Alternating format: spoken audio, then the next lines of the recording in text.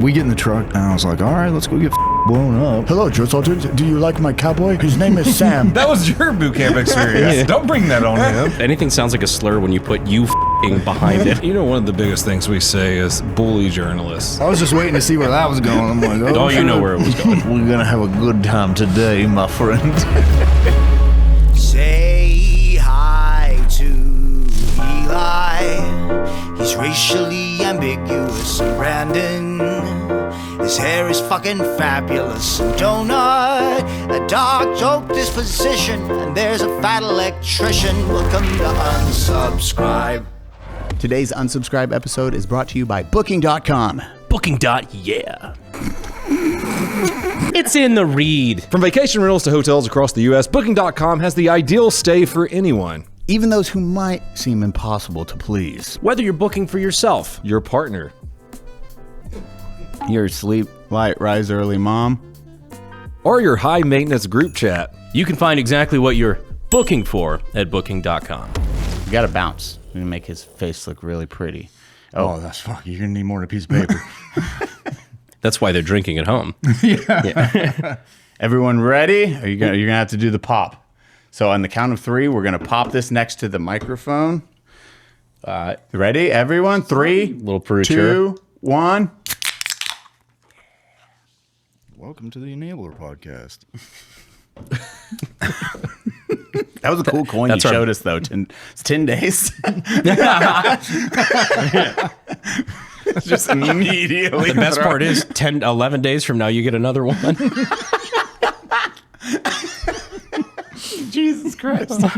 Oh, that's The health journey, everyone's like, what the f***? Hey, we have been very healthy. Like, everyone's doing very good. I will pat everyone's back on that one. To be fair, it's Sunday. We're just kind of chilling this weekend. We're having a couple of drinky doodles. Yeah. Don't worry Still about eating really good, too. oh, yeah. Hold on. I'll introduce. We'll get into Oh, that yeah, real yeah, quick. Hi, everyone. Welcome to the Unsubscribed Podcast. I'm joined today by Eli Doubletap, Braxton McCoy, Brandon Herrera, myself, Donut Operator. Thank you so much for being here. We've been on the fitness journey for quite a bit now. I've gained 15 pounds. Brandon, you've lost how much? I am half a pound under 20. So, working on that. Good. I try. Tomorrow we're doing legs. It's going to suck dick. Oh, we're doing legs tomorrow? No, you're doing legs tomorrow. I'm going to be sick. You sent me a picture tonight. I'm vomiting. What? You should go to the fucking gym, Brand. You're like, I'm friends with you on Steam. I see you're playing the Battlefield 6 beta. Side note, Braxton McCoy is one of the most cowboy. Oh, boy. You got lucky on that one. On the what now? Oh, the name? Yeah, the name. Like, who names their kid Braxton? Like, I don't know. It was a shitty general. My mom figured, brag. No, you sound cool as f. Yeah, dude, that's all Like, I hear. if I was in a bar fight, I would want to have Braxton McCoy next to me in a fucking bar fight. I don't know about dude. anymore. I'm getting old, man. So, like, growing up, like, on Fort Bragg, my parents were both Army brats. That was the running joke, is that Braxton Bragg was the best general the Union ever had. Yeah, it's kind of true. So they named me after him, I guess. I still think Look it's what a happened. dope ass fucking name. Dope as shit. Yeah, It's all right. it's a very strong cowboy name. Very strong. Hi, welcome to the Unsub. Yeah, thanks for having me, man. You're thrown into the mix on this one. Yeah, Did you get to yeah. watch a single They were saying episode? he was hard R'ing like 2 minutes ago. Oh, yeah, totally. That was said, me, Tony- actually. Easily confusable. I was like, man, I don't feel like Tony has enough ammunition. Let's just throw some more out there. Let's just... Moans when he wipes. Feed into it. Where are you coming from? Idaho. Yep, eastern Idaho. I grew up in southern Utah, but now I live in eastern Idaho. I've been there about 8 or 10 years or so. Oh, wow, okay. So, yep. Pulling on my stopwatch with my show notes. I What do the that at fuck are you speeches. doing, Eli? Get my show notes ready. Okay. Just interrupting him, texting people. Go on, cool story, bro. Yeah, dude. That's the looks again. Braxton. Okay, yeah. Yeah, babe. I mean, yeah, Braxton. Sorry, force of habit. Wow, and how does that make you feel? She's such a bitch. Dude, you have, we were talking on a little before the podcast, but you've been on a lot of big podcasts, which How was that? And when was what was the very first big podcast you were on? The first big one was probably Jocko. I did Tim Pool before that, I think. It's hard to remember, but Jocko was probably the biggest for sure. And He's a stud, man. I love that guy. He's on our board of advisors now at Sagebrush, too. Nice. He's a stud. Board of advisors for what? We started up a not-for-profit to defend, protect public land and wildlife and stuff from the right-wing perspective, because all the rest of them are a little bit gay. I like this guy. Right. I think we made a friend. quick friend.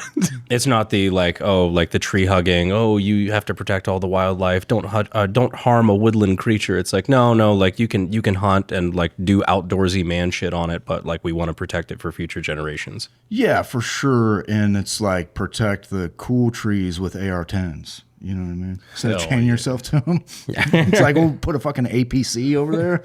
So, you're like, we'll chain you to them. Yeah, I mean, we believe in like consumptive use and all of that for sure. Yeah. It's TR's principle. It's multiple use. I didn't mean to drag us into this, but just you said Jocko. No, go for it. Or I said Jocko. You made me say Jocko. Like it's invoking his name. You made me say Jocko. Well, he like haunts Philip Streams over there. He's like that watch shows up in my nightmares. What happened? He just feels like a. You better get up at 4 a.m. and do CrossFit, buddy. Anyway, sorry. No, you're good, man. So yeah, a multiple use mandate, right? That's how it was set up. That's how it should be. You've got extraction, grazing, hunting, fishing, recreating, and also just for looking at. And we believe in that kind of stuff. And I don't want to see a bunch of goddamn solar panels and all other bullshit. I want to look at my trees as trees, not like solar panel trees made by some gay South African or something.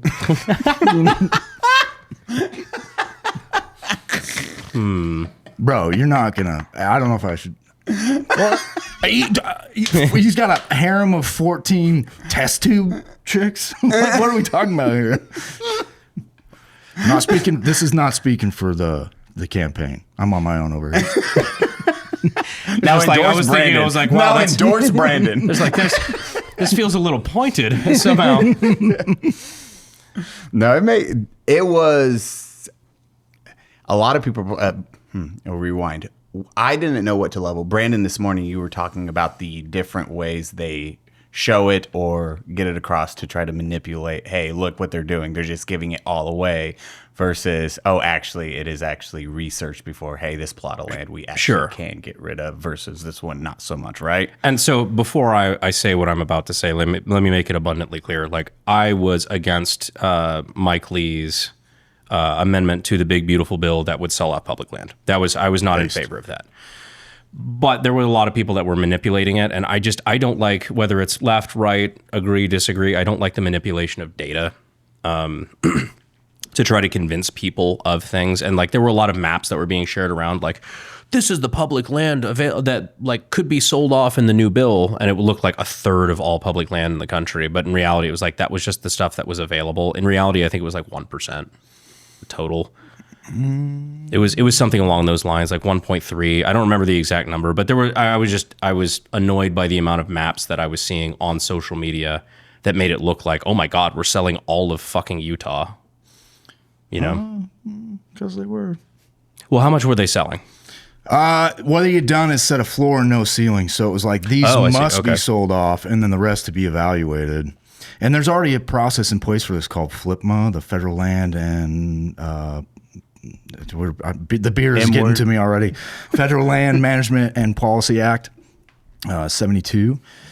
And what it does is you can evaluate a piece of property and say, hey, we've got to expand our city here, or maybe we need a landfill or whatever. And then it goes through this process, and then it can be divested to that incorporated city or whatever. So that process exists, and they were just pretending like it didn't exist because they were trying to bypass that procedure so that Elon could pave the West with solar panels. And e-girls. E-girls that you can now apparently marry on X. Yeah. I mean, I'm not saying you're wrong. I understand. I actually think you're coming from the right place, but he was manipulating the whole conversation intentionally. See, That's my for sure. perspective. Well, I like it. Just those are the conversations, especially with your side, because how was that conversation? I think that's a really difficult one because you'd figured a lot of people would be looking at that on the right or left, but on the right side, you're like, oh, they'll understand this. And then was there actually a wave of pushback? And you're like, yo, what the fuck? Yeah, well, Because data manipulation, maybe, as you were saying, it's like, oh, well, they're manipulating the data or how they were saying it. I mean, I just want everybody to have the right conversation, you know, like let's look at the facts as they are instead of, because you'll have groups on the left, groups on the right that'll just try to make the conversation, change the Overton window to what they want the conversation to be. I'm like, no, let's talk about the real thing being proposed. But I was on your side through the whole thing. Like, I thought it was very well structured the way you did it. well, I appreciate that. And you're right. The left is particularly bad at this, though. They'll take a piece of data and then spin it in a direction that just makes it virtually useless, like almost not true. Well, it is mostly not true. And that's made the right wing just kind of like they're reactionary now towards any information that comes from the left, and rightly so, because they get lied to all the time.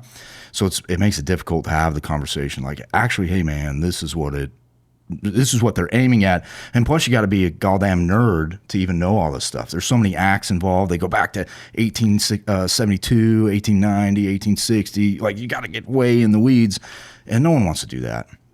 Unless you're a nerd. Even the people in power don't do it. Oh my gosh. They're some of the most clueless people you'll ever talk to.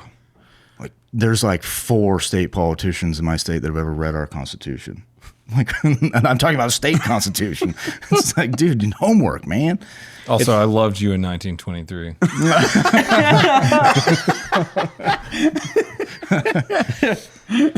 Well, if it keeps going, we're gonna be like, there will be blood levels.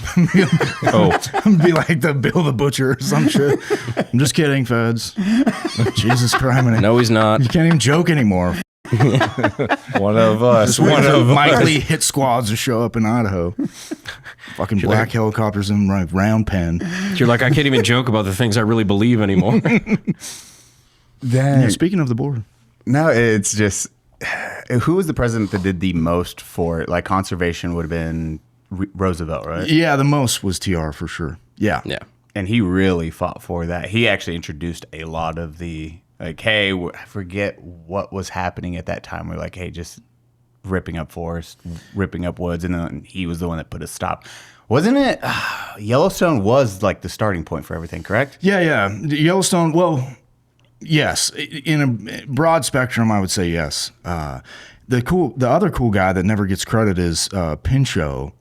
His dad, so you're talking about the robber baron era, and some right wingers. Oh, yes. Go on. Act like we're retards, because we are. Well, and me too. explain it to all of us, audience included. Like, I understand the robber baron era, but I've never heard of, you said PONCHO? Yeah. I have no clue who this is. So his dad was a timber baron, and they had his company had stripped the shit out of forests all across America, and instead of saying, you know what, you go continue this legacy and get rich and move this company forward and all that, he said, you know what, you're gonna fix what I screwed up. So he sent him to Germany and France to get an education in forestry. And before you get all uppity fucking Europeans, they went over there because they'd already can I use that word? Yeah, sure. Go for it. They'd already they'd already bleep their forest, and so it was like, hey, we're doing reconstruction on our forests over here. Maybe you should protect the stuff you have. What was the forest wearing? Oh my God. It was probably the tree brought it on itself, I think. Jogging after midnight in a miniskirt. Sav's giving me the eyeball, right? Like, wasn't wearing enough conifer leaves. The tree was blowing that whistle pretty hard. Okay, now go on. I had to ruin your story. No, you didn't. So he goes over and gets educated, and then comes back, and he's part of the Boone and Crockett Club with TR and these guys that had kind of like already decided they had this ethos that they were going to conserve this stuff. And actually, one step back before I get back to PONCHO, TR. He was, he's born like this very wealthy guy in New York and, Harvard, Yale, all this kind of stuff. Then he goes out west to Nebraska, which the line moves. Nebraska, I don't know, you guys keep trying to claim west, but you're like Midwest now. But it was west then.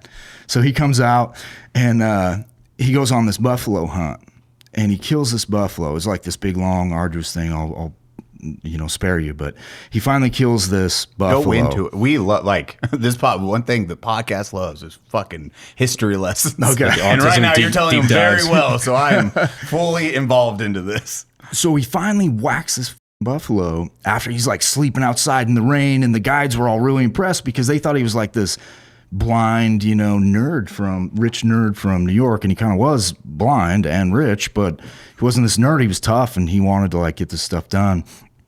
Anything he put his mind to, he wanted to accomplish. Because wasn't the visual impairment, was that based on boxing?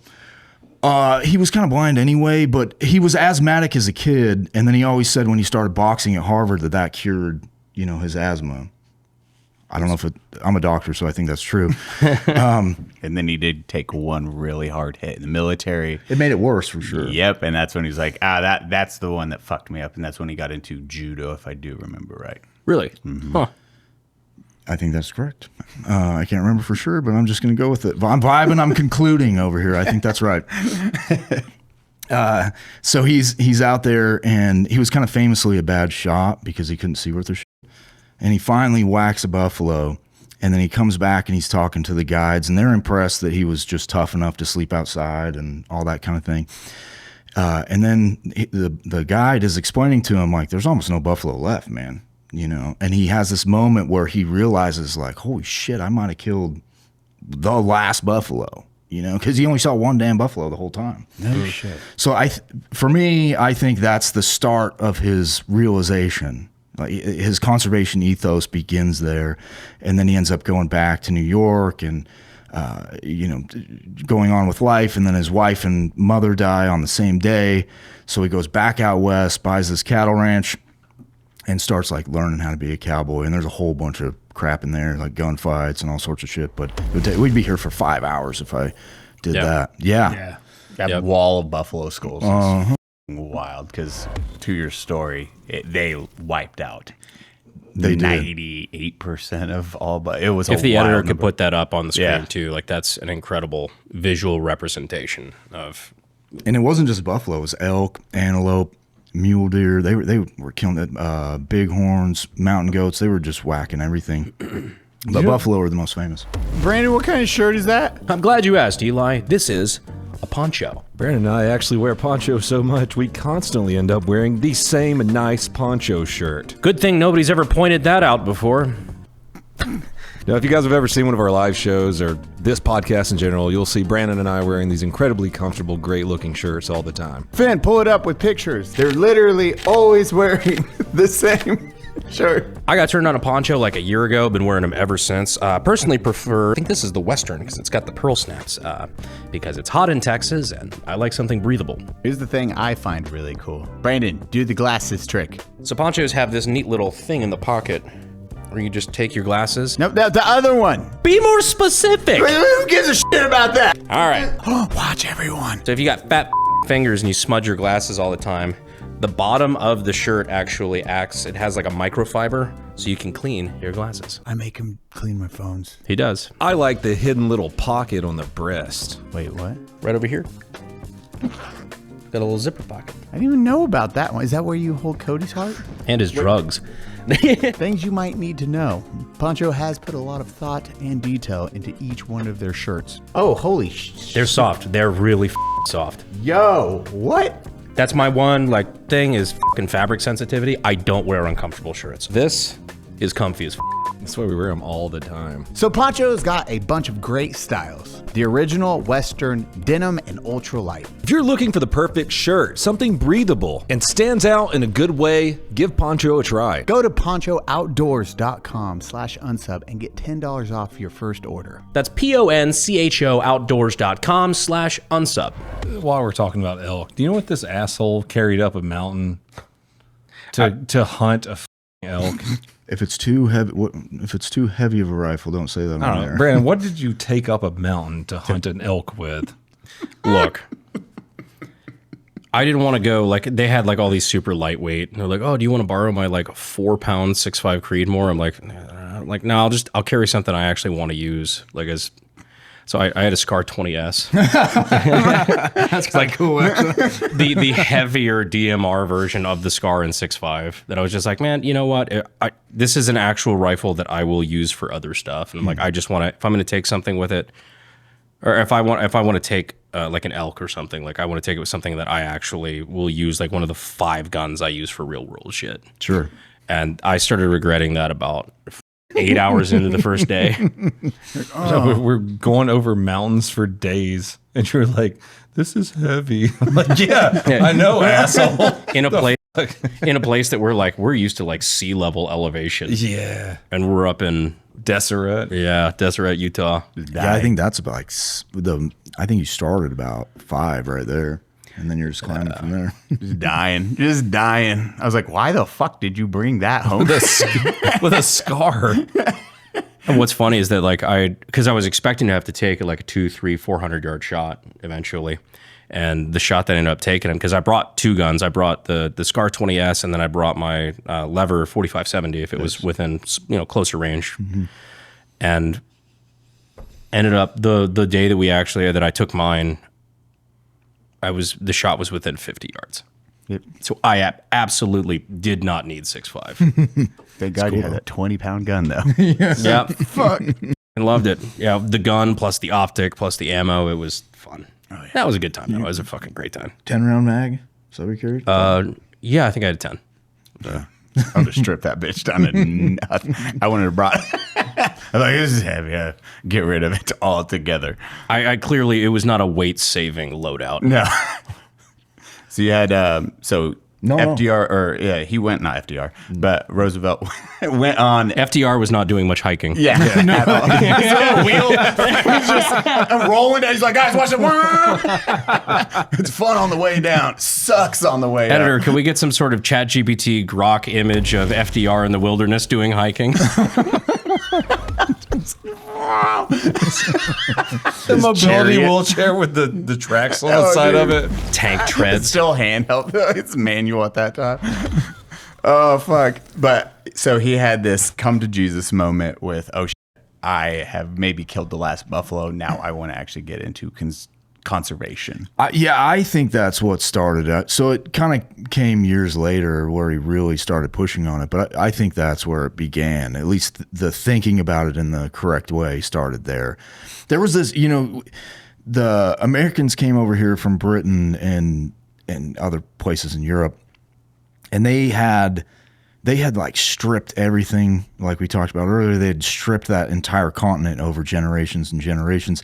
And then they got here and there was just trees everywhere and animals and game and all that, and they felt like there was I feel like they thought there was such an abundance that they would never exhaust it. So I don't like to look back at history and be like, these were terrible people that didn't callous and too cavalier about what they had. They just didn't understand. And at the time, the continent looked so vast. I don't think they thought they could destroy it, but they were getting damn close to it. And PONCHO gets back, TR, president now, and PONCHO is teaching it. I think it was Yale. He was running like a forestry class. If you don't mind me derailing, who is PONCHO? Oh, I'm sorry. Yeah, so PONCHO is the guy whose dad was a timber baron and then got sent back to Germany and France to learn how to like not do it. So he was like a rich guy. And his dad was like, you're gonna be the Lorax bitch. Like, that's what you're gonna be. So God, that dad. Hey, I know I fucked up. So you're unfucking it for me. Good job, champ. Exactly. Yeah, and he was a stud too. Like, so he's teaching these classes at either Yale or Harvard. I can't remember which one right now. And he would be like looking at his students and say, okay, let's figure out because now TR is president, let's figure out what forest we can preserve. And the reason they knew they needed to do it, one reason they knew they needed to do it was there was also like grass barrens going on. So the 400 million sheep or something like that. And they were just overgrazing and then stripping everything out, like in terms of trees. So these big banks on mountains were not holding up, and mudslides were destroying towns and all this. And kind of ironically, some of the first push for like, hey, help us, came out of mountain towns in Utah. they were like, dude, something's up. You guys got to help us. Like, we've had like 35 people die in mudslides, help us out. So they start breaking up these barrens, and that's sort of how PONCHO enters the picture with TR. And he's teaching at Yale or Harvard again, I can't remember which. And he would go to his students and say, figure out which force, they were kind of trying to prioritize. Look at this map, which force are most important, and then it would like pick 2 or 3, and then you bring them up to TR, and TR like you put them on TR's desk, and TR would look at them and be like, let's go downstairs and box. So they would go downstairs and then box for a while, and then come back up. Such a dope. They're fucking awesome. Dude. Real quick too, what was causing the mudslides that was killing all those people?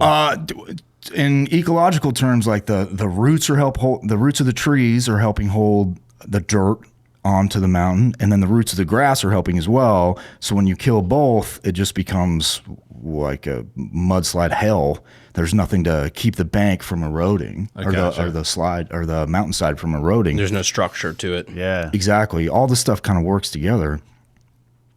So they started preserving. I think between those two, while TR was in office, I think it was over 100 national forests they put protections on. Just like 190 million acres, I think he did. Or no, maybe he did 120 million acres while he was in, and now we're at about like 193, I think. Jeez. It's sorry to interrupt, but that story, TR was beating the fuck out of people in the basement. Yeah, him and PONCHO. Imagine boxing the president. He was doing that shit all the time. Just you like, oh yeah, Teddy Roosevelt wants to see you. Come on, let's spar a little bit. Totally. Well, especially when you're just a Yale or Harvard kid and you're like, I got these papers for you. What? You can't say no to the president. So you're just getting punched in the face. Still really smart on their side with going like, hey, I'll just bring this up to my students, have them break down and then deduce what the problem is and actually come find out the problem, because at that time, no one's going to think about, oh, hey, the roots and the grass are holding all this together. And once you start removing this, then you have landslides or mudslides as repercussions because of it all. I love also that he's using just like college students. It's like free labor. Yeah, 100%. Yeah, figure this shit out.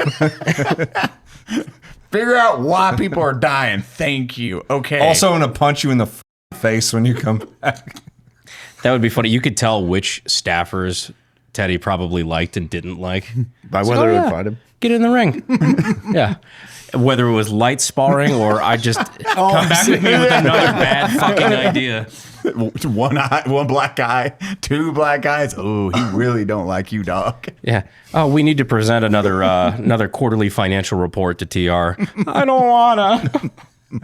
Yeah, that would have been crazy. I know when they discovered Yellowstone, that was like, oh, this is abundant. This can't run out. Look at all this beautiful land, waterfall. They had everything there, and they're like, this is dope. Use. Oh, yeah. And then it was like, pause. Yeah, they had to station the fucking army to guard Yellowstone when they made it a park. So there was like a company out there shooting poachers and shit. No shit. 100%. Yep. When people just try to get in, yeah, like, boy, bro, imagine if 19, I can't remember the exact year. I don't want to sound retarded. Unsub community, real quick, if they were like, hey, you have to guard this like property, and the government or whoever's like, yeah, you guys just shoot anyone that's trying to cut down trees. You'd have a lot of people volunteering for that job for a very reduced rate. Yeah, it's true. Wait, you get paid? Yeah, you're getting paid? There's a lot of GWAT veterans looking for jobs right now. Oh, yeah. This is great. Just shoot anyone that fucks with the land. I am the Lorax, and I aim for the thorax.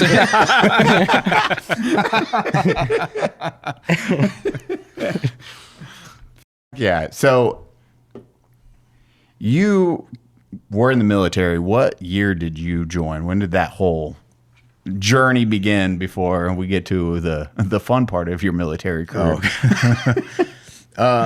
It was, I enlisted, I think, in 2003. He was in the military? Yeah. Oh, God. Fucking veterans. I know. They're the worst. We hate them.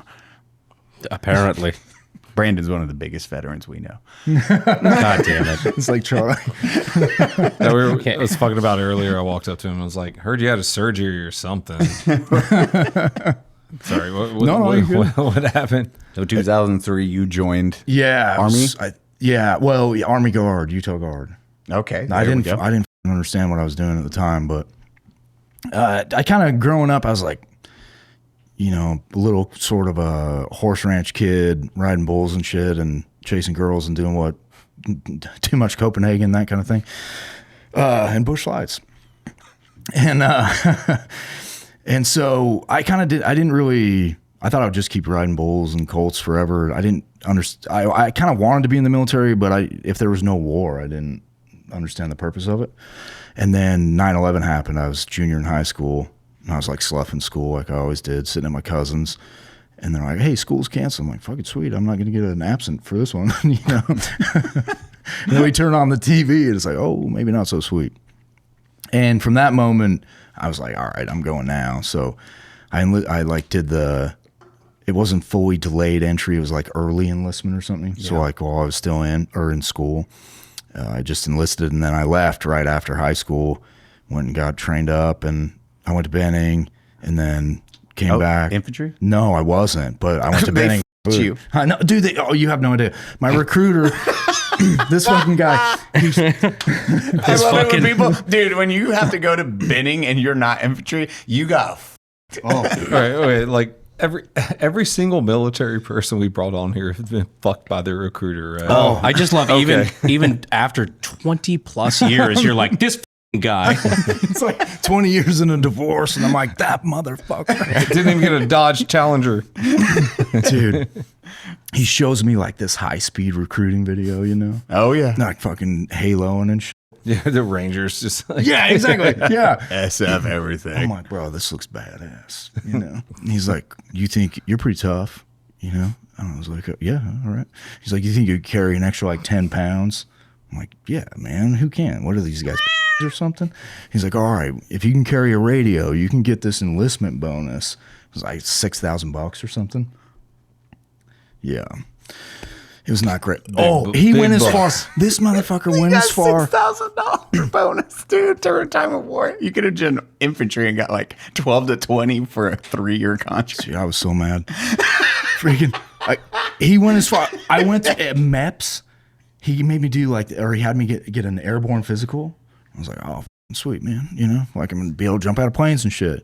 And then at Benning, like 2 weeks before you graduate, they're like, hey, if you're airborne, you got to come and, you go talk to the drill sergeant.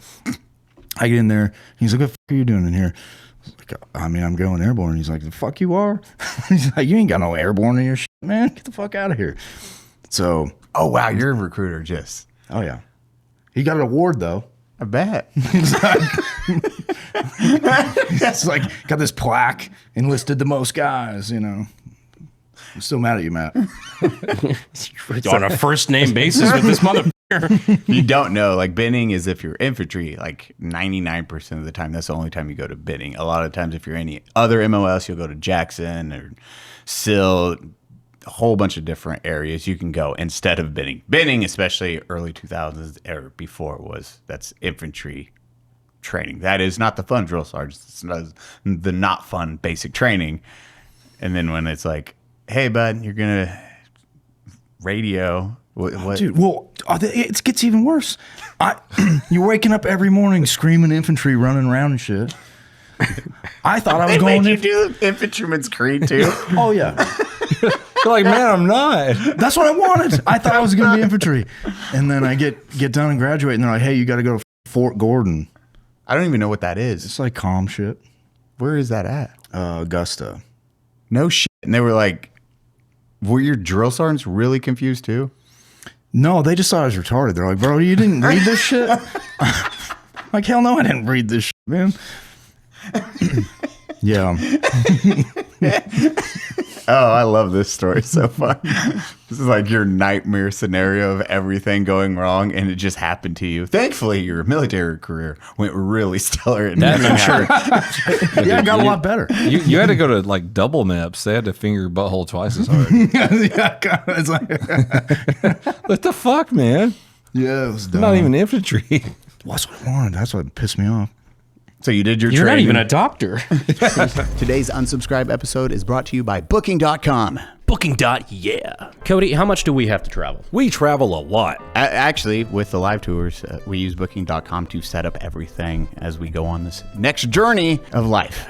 Because God knows it's a lot of travel, and anything to make it easier is much appreciated. Brandon, so when you have to book for your partner, but they only want 800 thread count sheets? Oh, that's easy, Eli. Get a new partner. No, go to Booking.com. Oh. Before we had any sort of relationship with Booking.com, I have used the service before. Genuinely, sometimes they have really good deals. One of the great things about Booking.com is it provides really accurate reviews, like really detailed reviews. It saved me once. Cody, did you use Booking.com when we stayed at that sweet vacation home? Heck yeah. What else would I use other than Booking.com? Find exactly what you're booking for. Booking.com. Booking.yeah. Book today on the site or the app. Dude, there's one time at Maps, or not at Maps, you got me on Maps now, at Gordon, we were like soldering shit together. You know, I grew up welding and all this stuff. Like, I don't need you to teach me how to solder. So I'm like sitting in the back of this stupid classroom, goddamn computers everywhere and shit. And I took a bunch of wire and I soldered up this little cowboy guy that was like drinking a beer with a hat on while they're like teaching class. Doing arts and crafts. I just imagine your military drill sergeant's like, the f is this retard doing? No, he just sees that. He's like, this guy's going to be somebody one day. Like, I'm starting an Etsy shop. Hello, drill sergeant. Do you like my cowboy? His name is Sam. Why is he Asian now? What the fuck? That was your boot camp experience. Yeah. Don't bring that on him, you minority. Why does that sound worse when you call somebody a minority like that? I'm probably get a white guy on the podcast. Come on, man. Anything sounds worse. Anything sounds like a slur when you put you fucking behind it. A dirty fucking plop. That's my favorite one. We invented. I wasn't even a part of it. That's all the kind of consensual guys, right? Apparently, I forgot. Yeah. Flops. Pepperbacks too. Yeah, they're just like, well, let's invent a slur that like has literally no racial connotation of any kind, and then just now it's banned by YouTube. Oh, So we might actually have to censor that. Plops? Yeah, PLOP. yeah. It means nothing. It literally means fucking nothing. We'll have to limit the usage.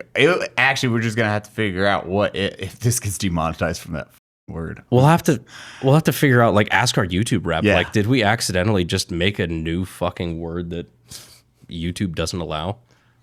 What's a pepperback? Is that an Italian? Should be a Mexican, probably. Yeah, that's a pepper belly. Pepperback. I don't know. That is our Pepper Box. Shout out to Pepper Box. Go get your 2-week for subscription free right now. We do pretty much an ad-free app or a streaming service, and it's so we can do non-censored content. There's no censorship, so everyone can have fun, say what you want, but also you have like Cody shooting videos, completely different. Yeah, it's YouTube, but it's not fucking gay. Okay. Yeah, pretty basically. much. No censorship. We just started our own streaming service. Nice. And so the people, it's called Pepperbox, so we say, hey, Pepperbacks. Yeah. So the people on Oh, I see. Yeah. Fucking pepperbacks. You dirty little Pepperbacks. But I can show people getting shot, so it's awesome. Yeah, literally. Because on YouTube, when I break down police videos, like they don't like when you see someone get murdered, crazy. But on Pepperbox, you can see someone get shot in the face. It is strikingly different. Like you are looking at pixelation. Cody can't even have the gun sound, so he just makes quacks. No, instead. it's duck I've quacks. seen some of those videos. I thought you were just like goofing around. And No, the quacks no. of justice. Yep. Yeah, the quacks of justice now. That is the only way you can stay monetized to make any money is to do all of that. And then you still get hit sometimes, right? Yeah, I still get hit on that, man. So, Yeah. Pepperbox. Now you just watch none of that. And you're like, oh, this is a different kind of video now. Ha ha. It really does hit different. Yeah. Yeah. Takes away the humor. Kind of. The uncensored video, I'm like, oh, I just watched a guy die. Like, All right. comment below. But Thumbs up. so you had how many times did you have to end up deploying with your unit or One. no shit. It was Oh, just that yeah. one Well, time I in kind of lucked out. 06, right? 05, 06, yeah. Okay. Oh, 15-month deployment? No, it was supposed to be 14, I think.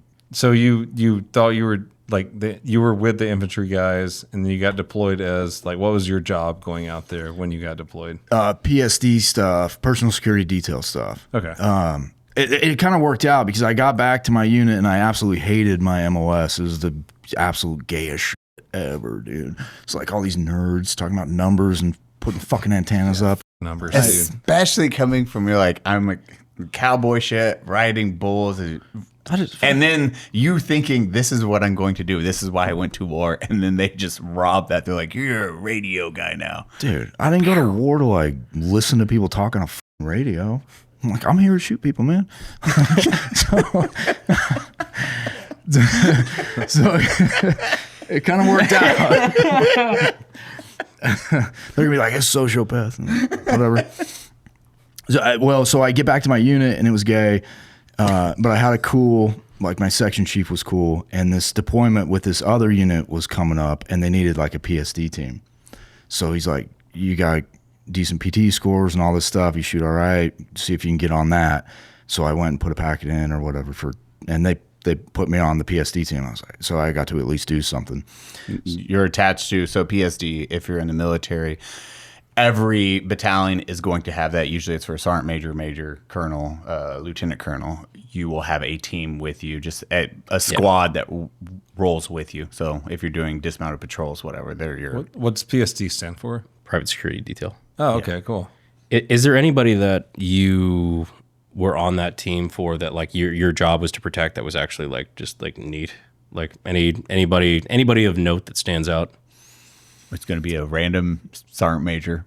We worked with McChrystal's team once, but we were just like augment. Yep. And he's kind of a douche.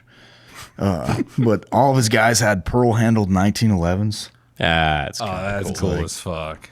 Really? He the bought soldiers did? He bought them for him, I think. I Oh, assume. that's neat. That'd been weird to run into that over there. I'd be like, Well, he was only, like he would only get on the ground for like 4 minutes at a time. Oh yeah, they just want that metal. Yeah. There's a friend that we have that did some of that in Iraq that I'm not sure we can talk about, but was private security for Mitt Romney. No shit. Yeah. Wow. Who ended up Punching him in the face. Punch Romney? Yeah. Oh, cool. Oh yeah. Yeah, I gotta as a send this Utah guy boy, some you're money. like, Yeah. Yeah. I remember that. Yeah, they were going through hard part of territory, and Romney tried to get out of a Hummer, and they just... it's like my job is to make sure you stay in this vehicle, so you're going to stay in this fucking vehicle. Like that sort of, yeah. And he got popped in the mouth. I'm gonna need a mailing address. Send this guy some beer and whiskey or something. Depending Thank on you it. for what you did. Thank you for your service. I swear, did he tell that on the podcast? He's never been on the podcast. Why did he? But- No, he was. Wait, how do I know that story so well? Because We'll tell you all after. together. No, Yeah. I've heard that. We were all together. Okay. Depending on how much time you got tomorrow, we'll introduce you to the guy. Oh yeah, You I'm want in. to give your, CVS flowers? Yeah, dude. I'm like, get Philip to like buy him something nice.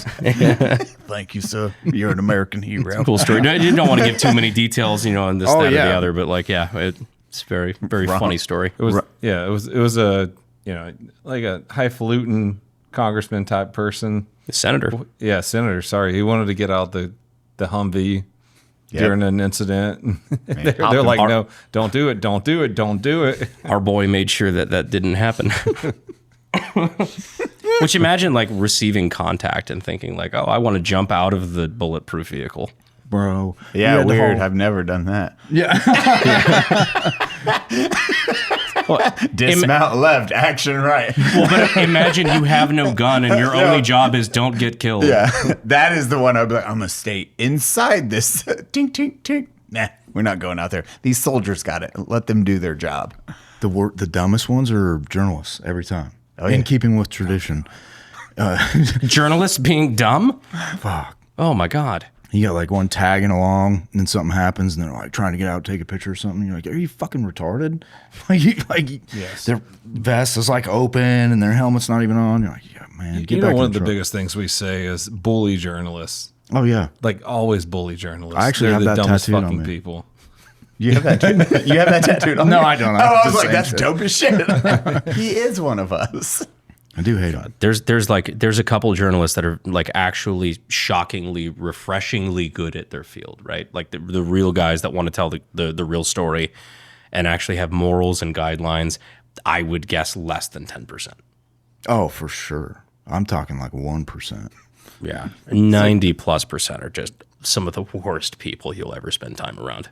I just keep thinking of Civil War, the A24 movie that came out last year. You remember the journalists are like trying to, they're like, let's do this. And the Delta / SIL guys are like, no, just reeling them back. The thing I took away from that movie is that not even Hollywood can write a likable journalist. we all hate them, bully them. It's like he even tried to make him the hero and it didn't fucking work. So you got attached as a PSD unit, and then were you just for your battalion, sergeant major? Yeah, battalion. Yeah. Well, it was. So we got over. It was supposed to be for the colonel, the LTC. Okay. Yep. And then we got there, and Ramadi was pretty hot. Yep. At the time, That's a surge. it was. It's a warm period of Iraq. So they stopped going out. Higher ups stopped going out very often. Not even calling them names. It's just, it's like, do you want to go drive through South Chicago right now? It's like, because that's basically what it is on a Friday. And so they took our PSD team and they kind of broke it up and just made us into whatever came down the pike sort of deal. It was just like the retards, like we're like the mules. Like, hey, go get those idiots and see if they'll go do this. Yeah, they're up for it. Yeah, exactly. It was Really? anything. I mean, great. So we just did anything. Like sometimes it'd be like a log pack, sometimes patrols and just whatever. One time it was supposedly gonna hit Zarqawi. Like they found a cell phone or whatever. Turned out to be just some poor guy's fucking chicken farm. So like landing helicopters and kicking chicken coop doors in and shit. God, I bet they were so hyped leading up to that mission. You had everyone on base, and then it's like, hey, it's going down tonight. We got the cell phone. We hear it on the map. Dude.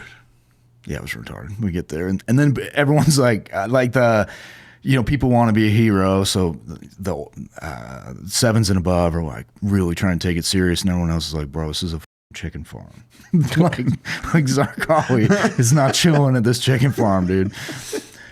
That was a dumb one. So a few like air assaults here and there and stuff like that. And actually one, we're supposed to be going to this island in the river.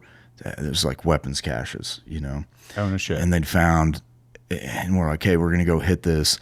And they were hitting. The Arty hit it for like 24 hours before we went. We tried to talk them out of it. We're like, "Why are you doing this? This is insane. Like, we're now just going to go land on a pile of UXO. Like, this sounds like a terrible idea." But en route, we're in. So in Ramadi, they wouldn't let us like use good helicopters. So we had CH-46s. It's like Blackhawks are expensive. They were literally making. Yeah, we had 46s for shit like this. National Guard, baby. Dude. Well, and it was Marine pilots. So we were working for Tumar Div. Yeah, it was, This is so Marines, it was crazy going over there, and this is M4s and not M16 A4s. And when we got there, seeing the Marines at the same, this was Liberty, and they had M16 A4s and M16 A2s, and then they didn't even have optic. Like some had iron sights. It was like, I had a boy who deployed with 16 A2s with irons. yeah, That's just what he used his entire deployment. Wild to see when you're the good, like an Army. It's still not Air Force. It's not Navy. You still have the shit equipment, but also for like reserves, National Guard, you guys will get fucked a lot of the time too. dude, yeah. No training or training like once a year for range. Oh yeah, that they would. I don't know. I didn't make it a year, but it is. I think it is that once a year. This is during war, and you still had to deploy. Well, I wanted him. I was like, I know. Get me over there, dude. Like, what the fuck? I'm like, fuck I'll you, learn Matt. on the field. Like, So you want to borrow my ghost bed pillow? Does it smell like you? Yes. Do you feel that cooling technology? It's definitely not a hot pillow. I gotta get out of here. Give me my pillow. I'm the one that has to sleep here. You guys have your own houses and your own pillows. Quit touching it. All right, real question. Can the gang do a pillow fight? Not with these. They're A heavy. slow It'll motion hurt. pillow fight? No, they're heavy. It'll hurt. Are they really? Yes, they're premium. Dude, that would actually suck. That actually, I don't think I'd want to get smacked with that. I'm swinging it hard, okay? Your son, you walk up and just tee off on your kid. If I smack you with this, you're going to be a ghost. And get this. They're built to last with a 20-year warranty, and they have a 3-month free trial period. What do they do with all the used mattresses that get returned? Not black lights. They have a complete sleep setup. For spooky sex. Boo. GHOSTBED has it all. Adjustable bases, sheets, pillows, and full bundles to upgrade your whole bed. With over 20 years of sleep expertise. Which is really amateur hour. I've been sleeping for at least 30 years. Family owned and handcrafted in the USA and Canada. Ew. Canada. And trusted by thousands of happy sleepers. Like Cody. Brandon. keep that. And Nick. Yep. They have over 60,000 5-star reviews. And you get an extra 10% off when you use code UNSUBSCRIBE at checkout. Head over to ghostbed.com/unsubscribe to get started. That's ghostbed.com/unsubscribe. Use the code unsubscribe to sleep better and stay cooler. We actually had a pretty good spin up at Camp Shelby, and then NTC. And at that time, like Rangers were doing almost all of the actual like EP shit in other places. So they were our OCs. So the lanes were pretty good. Oh shit, okay. But we were still retarded and ill-equipped. But we had to take that shit, Marines. So what was the big, running all these missions, how many months were you out there before the big accident happened? Incident? So June, it was either May or June to January. The very beginning of January 5th. So pretty early on. I barely made it into 06. No shit. Yeah. I know nothing of the any sort of incident. Like I know it's been alluded to like when we've been talking here like off camera and whatnot, but I actually know nothing about this. If you don't mind getting into that just a little bit. Yeah. Some Iraqi decided to strap plastic explosive to himself and some ball bearings and blew it, like it turned himself into a human claymore, and I happened to be in like the wrong place. So we were actually, just a brief rundown on it because I've like talked about it, but we were recruiting for IPs, and at this time our team was living in a little compound at the southwestern edge of the base. Iraqi police. Yeah, I'm sorry. Yep. I'm Iraqi police. always explain. I was just about to ask, so thank you for that. So IA is Iraqi Army, IP, Iraqi police. During the surge, and then 04 to 08, we would be getting IA, IPs, and I forget the other one we did. It was like militia, essentially, because we started bringing them in just to cover down on your story if anyone has any, like, oh, what are they talking about? Go on with yours now. I appreciate it. Thank you. Yeah, so we were like living with these Iraqi police guys in this little compound, talking to them every day. And one of the things the Army was doing, or actually it was like Paul Bremer. I'm sorry. Was like, yeah, no shit, dude. You lived out on a cob with them? Well, it wasn't actually a true cob or a cop, either one. It was like basically on the base, but it was just down on the edge of the base. So we were like covering that sector. And I think they just didn't want us around. They were like, go live with those Iraqis. We fucking hate you. So, actually, when we cast Brown. like, all these stupid farm kids. Why the f*** is there shit on the porta shitters? Why are they squatting on the porta shitters? I haven't seen a proper jumping jack in weeks. Oh, I got videos of that too. That shit is amazing. The first time, I was like, they got to be doing this on purpose. Like, they're trolling us. They're not. The biggest troll us ever. And the push-ups are worse almost. Oh, yeah. It's like a damn accordion. And they're like peeners hitting the ground. Stop the dirt. It was terrible. When we first got in there, their like lieutenant was like, hey, I was told I got to keep my pistol when we go to bed, because we take their guns from them, you know. Yep. And we're like, I don't give a fuck who told you were keeping pistol. You're not keeping a pistol, dude. And he's like, I can't keep control of my guys without it. We're like, take it up with somebody else. Give me your fucking gun. And, we don't trust your ass. So that was kind of there was one IP that I really loved, but the rest of them I didn't trust at all. Nice. So the idea of the mission was we were recruiting new IPs, Iraqi police.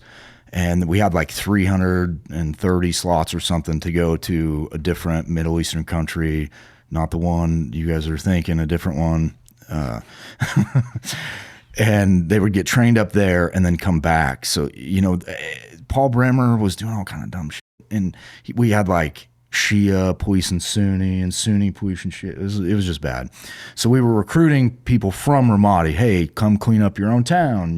This is this feel-good story.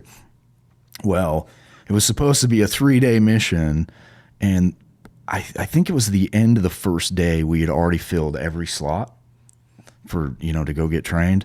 And they're like, no, you got to keep doing the mission because hearts and minds or some shit. Yep. And so we get to the third day, and there's so many Iraqis coming through, and this is a glass factory. I should probably tell that part so it makes sense. There was a glass factory that's almost attached to... We ended up annexing it later on, but it was almost attached to the FOB that we lived on. But it had been a functional glass factory. So It's the name of your book, right? It is, yeah. Exactly. Yeah, thank you. Thanks for the plug, sir. BraxtonMcCoy.com. And Amazon? No, I hate that. Amazon. Anyone who has a private rocket company is not my friend right now. It almost seems like you've had some resentment. No, I actually looked you up. Oh, you did? I know. Yeah. I know the name of your book is Glass Factory, correct? Yeah. Okay. Yep. For real though, where can we find that? On my website, BraxtonMcCoy.com. Gotcha. Thank you. Please buy it. Boom.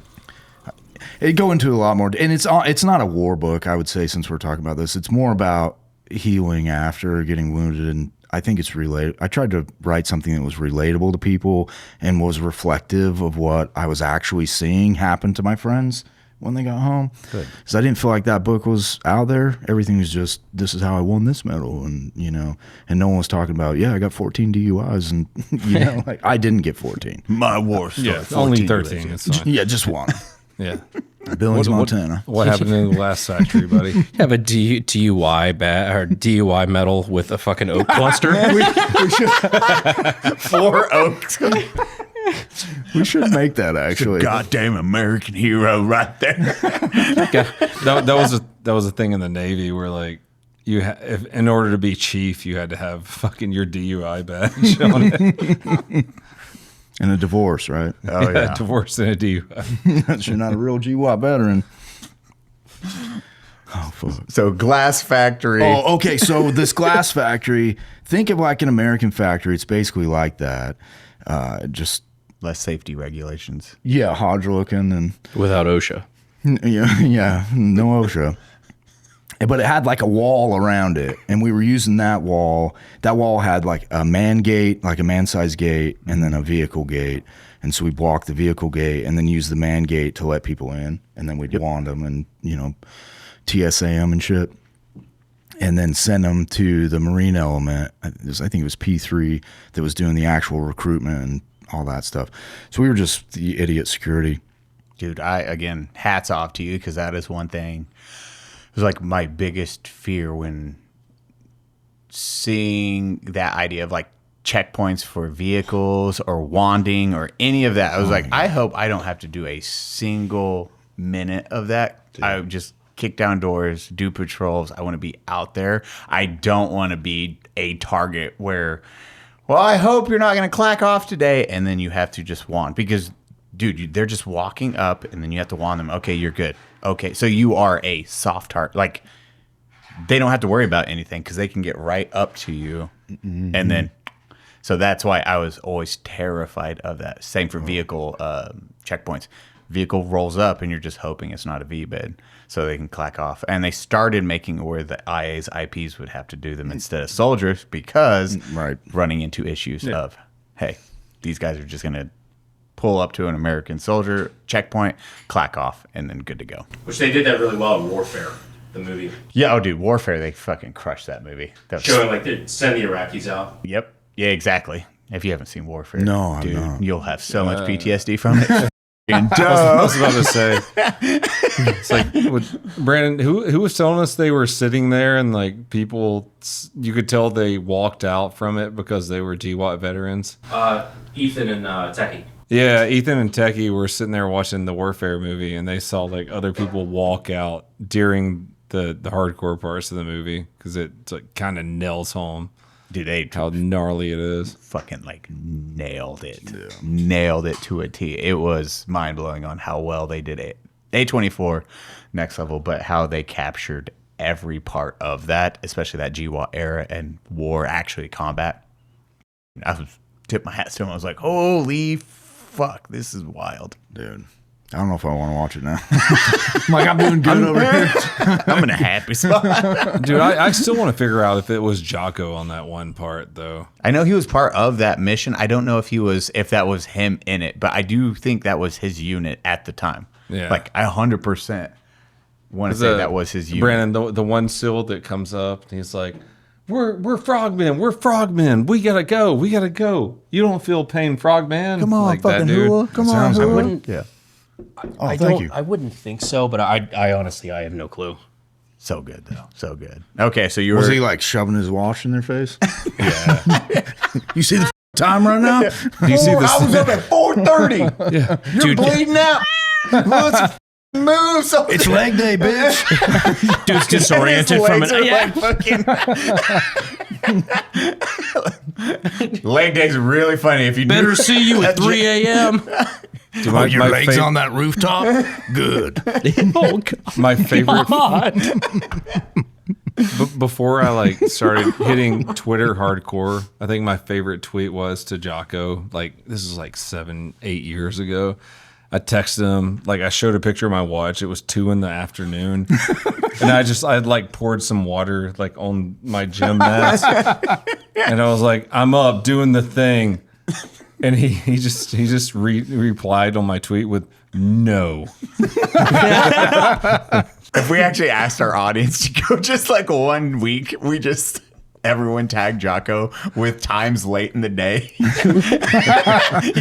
Everyone would start doing it immediately. He's like, why are tens of thousands of people doing this? A watch photo at 3 p.m. with like pee on the floor. Like That's exactly what I did. He said no. Crushed my workout. Pee on the floor. do the hard thing. Yeah, doing the hard thing. That's all you say. Doing the hard thing because it's open for everything. Come on the floor. Oh God. Jocko's like, what the fuck did I do? Well, it's just like Zach Bryan. Like you don't have to do anything. Sometimes we'll just accidentally bully, and we all You know like Zach Zach Bryan. Oh God, we haven't told Braxton about the Zach Bryan thing. Oh God, I'll let you lead this.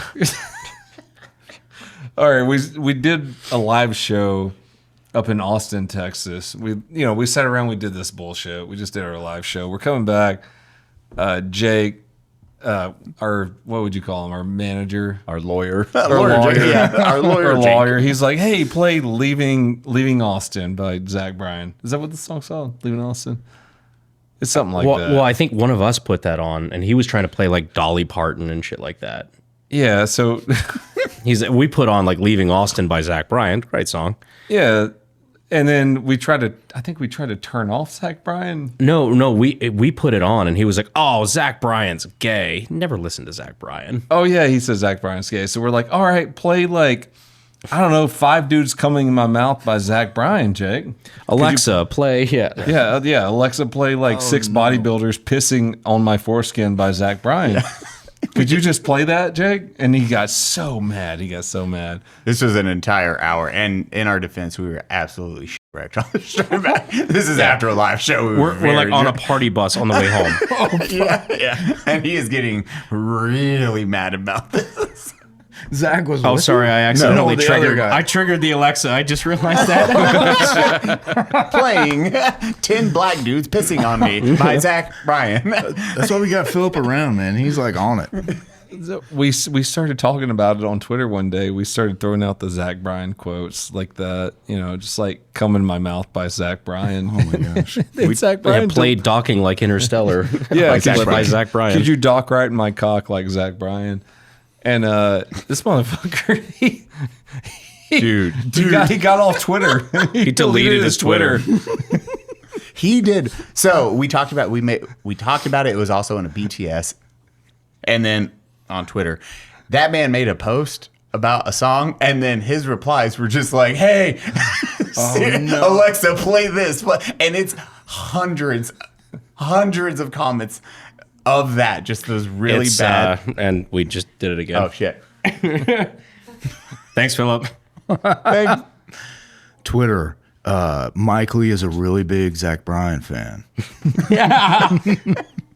So yeah, Zen in Your Foreskin by Zach Bryan. dude, seeing the replies, and he probably had no idea at first of why. He Why did do a these tweet. people hate me? Yeah, he's like, what the fuck did I do? I don't, He's I don't genuinely, write any like- of these songs. Probably one of my favorite country artists. Like, there's no malice there, but sorry, shit's just funny. It is funny. Ah, there we go. Feel it. Oh my God, it's the perfect jeans. Right? I can leave. Brandon, feel it. Get on his shoulders. Up here, big boy. Try the perfect jeans out as earmuffs. Brandon, how perfect are they? Feels like the perfect jeans. They're so flexible. I'm fat. I can actually do squats in them. Usually it's an issue. I'm not kidding. I'm picturing you doing squats in the gym with these jeans. I could. Dude, they are like. Eli's just mogging on the audience right now. Finn, make my dick talk. 자러 가야겠다. 네가 늦게 왔잖아. Now you're watching the ad. And pants season is almost here. It's always pants season if you're a f***ing adult. It's August in Texas. We're all wearing jeans. The perfect jeans. That's right. Today we're talking about the perfect jean. Brandon, how'd my jeans feel on your neck? Feels like I need to talk to HR. But they were comfortable, right? Absolutely. This brand, the perfect jean. It's actually perfect. It's real denim, but not the heavy stuff. I just like how they finally say that we can say f*** your khakis, which works great pretty much everywhere except for Boston, I'm sure. Just means the valet is quitting. For a limited time, our listeners get 15% off their first order plus free shipping at theperfectjean.nyc. Or Google the perfect jean and use code UNSUB15 to get 15% off. It's finally time to stop crushing your balls and wear comfortable jeans by going to theperfectjean.nyc. Our listeners get 15% off their first order plus free shipping. It's lighter, softer, stretchier, and it's not a sex toy. Not with that attitude. Use that one, Finn. And again, that's free returns, free exchanges when you use code UNSUB15 at checkout. That's 15% off at checkout for the perfect jeans. Connor loves perfect jeans. He does. They fit him really nice. Oh, pants. So like talk to my priest now. Like, so my new friends, I think I sinned just by like being there. But anyway, we've derailed way too much Yeah, from Glass sorry, Factory. man. I'm so sorry. So wanding people. Oh yeah. So that was kind of like the 3 day. There was some other shit in there, and then on the third day, this is a weird segue, right? Like, we're like, hey, black dude's pissing on somebody. Oh yeah. So this time at It's the called wharf. healing. This is how I dealt with my PTSD. It's called a healing. That's a great shirt, too. Yeah, it's called. Oh yeah, yeah. Yeah, I buy that one. We're making it. You got it in like a brush popper? Whatever you Yo. want. Just kidding. Poncho. Yeah, Poncho, let's get together on this. Okay, wanding. Okay, wanting. All right. So day 3, like you say, some other bullshit had happened, but nothing, like no big deal. Everything you kind of, and we had been promised 3 peaceful days by the sheikhs, you know. Always. And they kind of gave it to us. There was some shit, but nothing big. So by the shakes. That's what I'm gonna have in the morning. So the sheiks. So it's the sheiks. Okay, yeah. They're like, Oh yeah. yeah. It's the people you'll meet up with, the different Sunnis or Shias, and they'll be like, oh hey, like it'll be good, like nothing bad's gonna happen, right? Yeah. It's like clergy, right? Yep, you about exactly. the dark magic.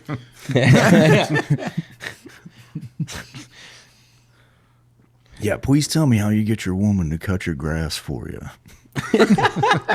Since we're here. Live in a desert. Yeah, they got like ladies out there with a sigh. I'm not kidding, in a little burrow, and they're like piling grass on. He's in there smoking hookah and drinking tea. They do all the manual labor. That's why they hit a wall at like 20. Asian women are like 60.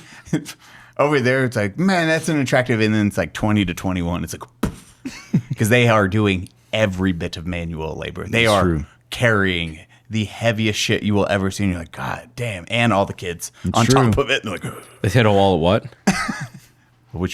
What age? 20 to 21. Oh, that's what. Never mind. Keep going. So we're end of day 3. We're like, This story's never getting finished. No.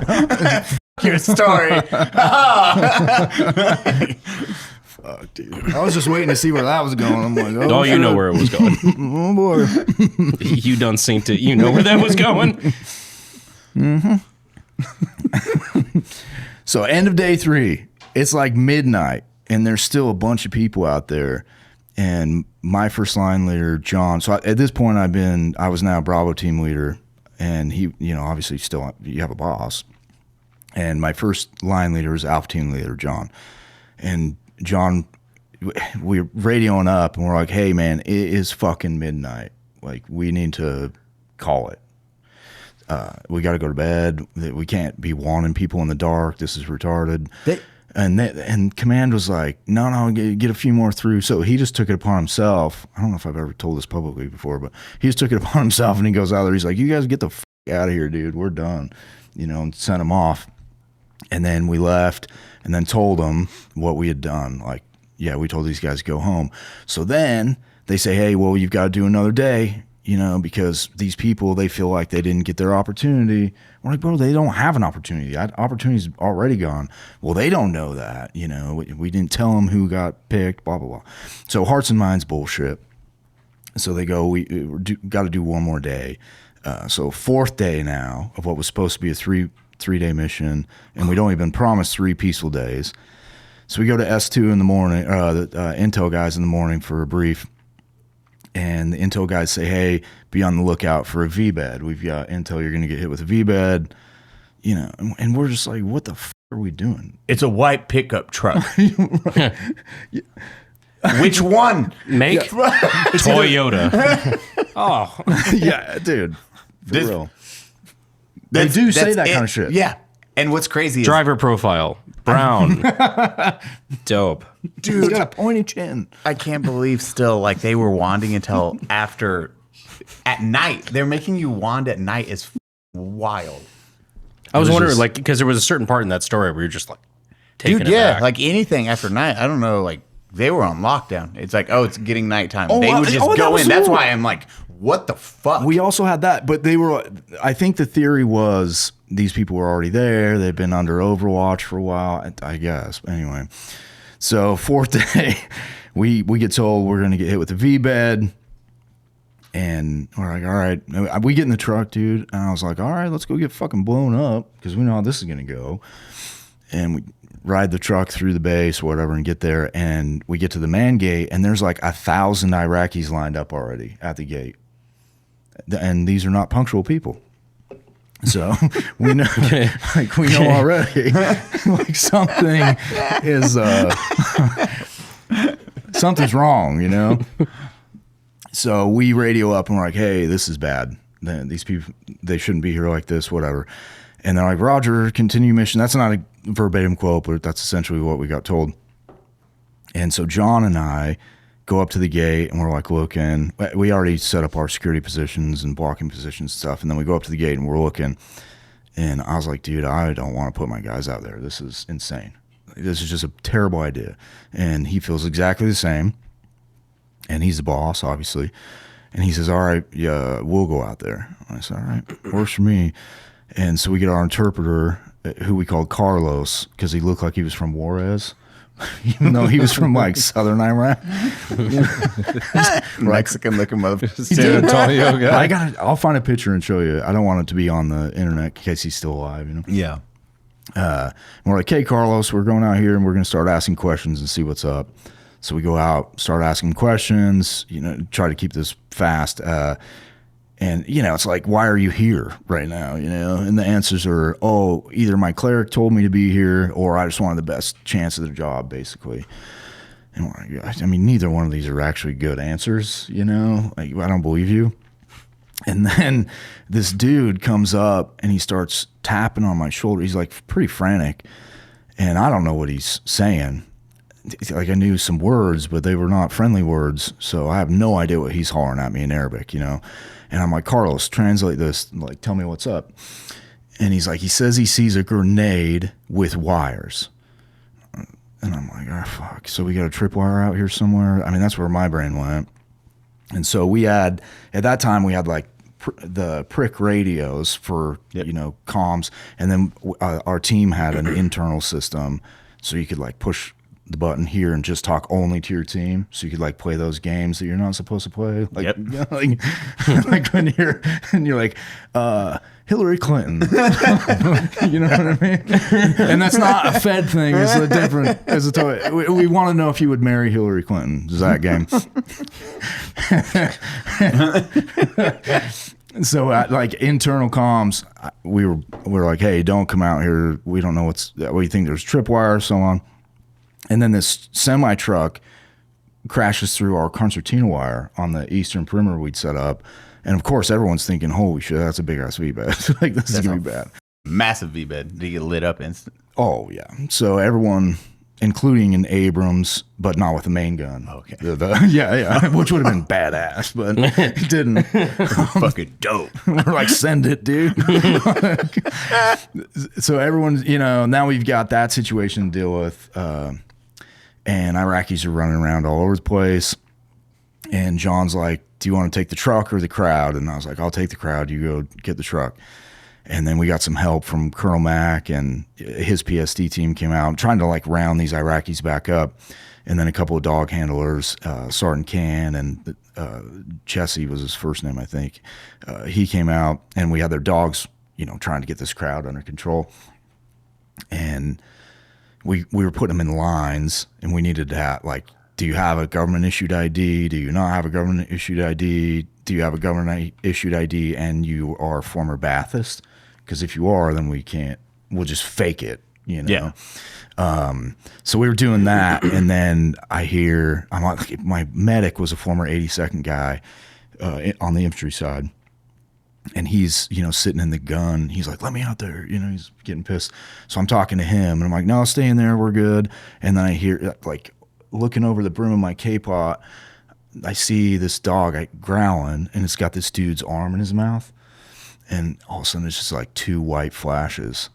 And I thought we got hit with IDF, with like rockets or mortars or missiles or something. Is it indirect fire? Yep.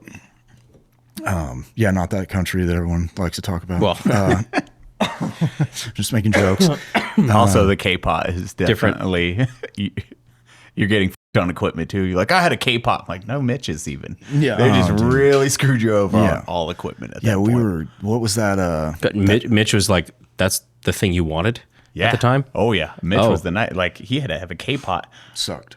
And then did you have like the M82 old jungle? We were the first brigade to field the fucking pajamas, the ACUs. Oh no shit. And it was dog shit.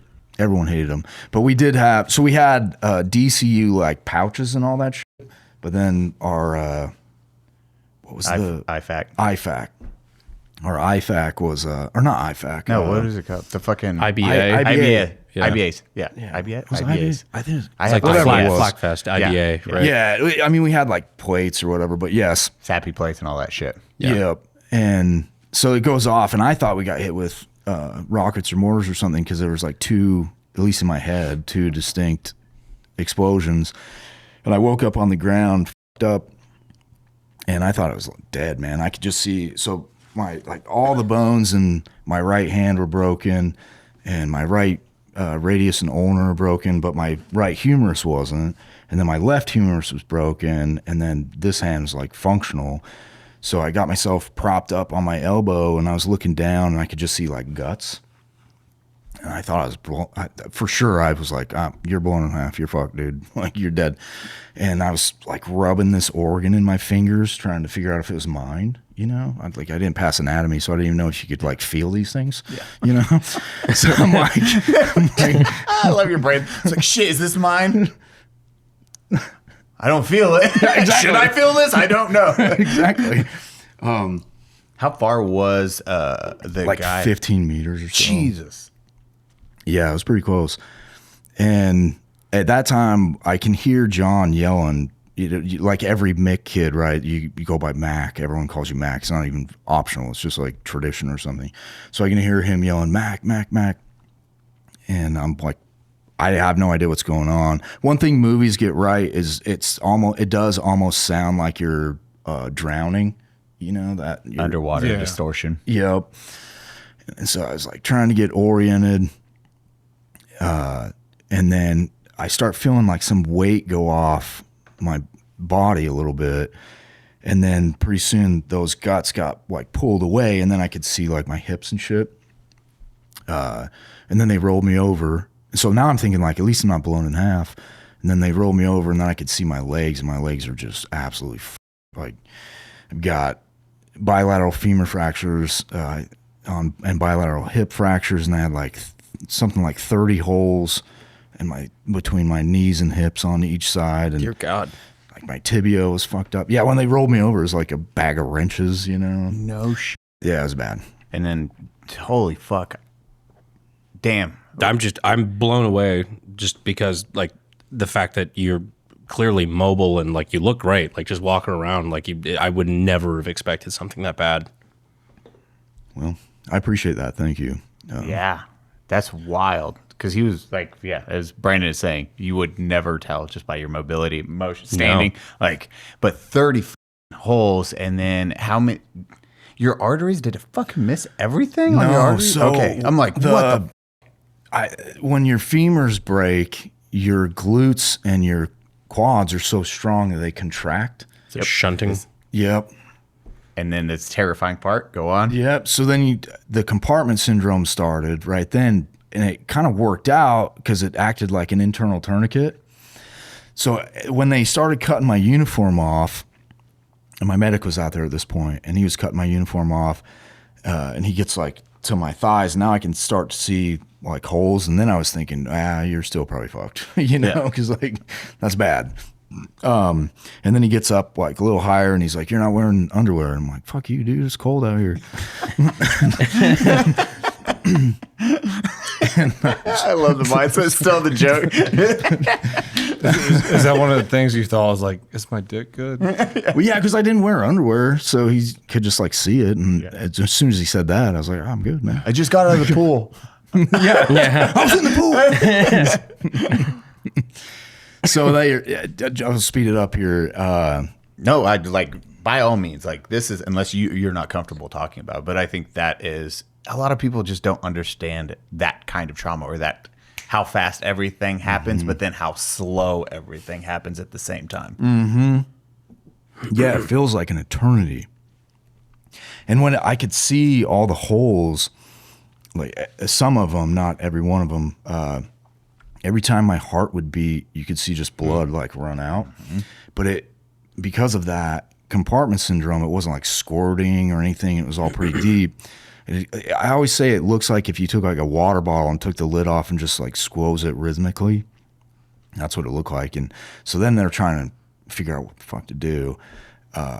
Tourniquets were not exactly a great option because there were so many problems. So they just bandaged it, and they're like, "We got to get you the fuck out of here, man."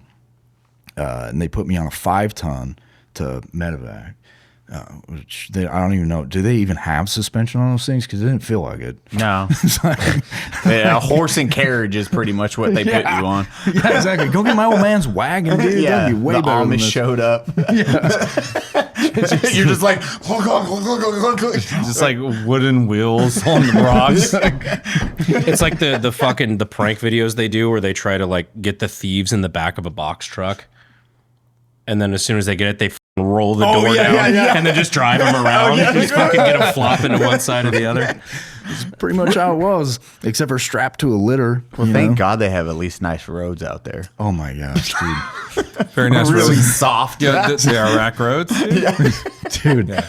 They're known world over for how nice their roads. The Navajo res, actually, I won't go there. If anyone's drove through like Four Corners, it's basically like that. This is how the Iraq roads are. No fault of the Navajos, I guess. That's what I'm told.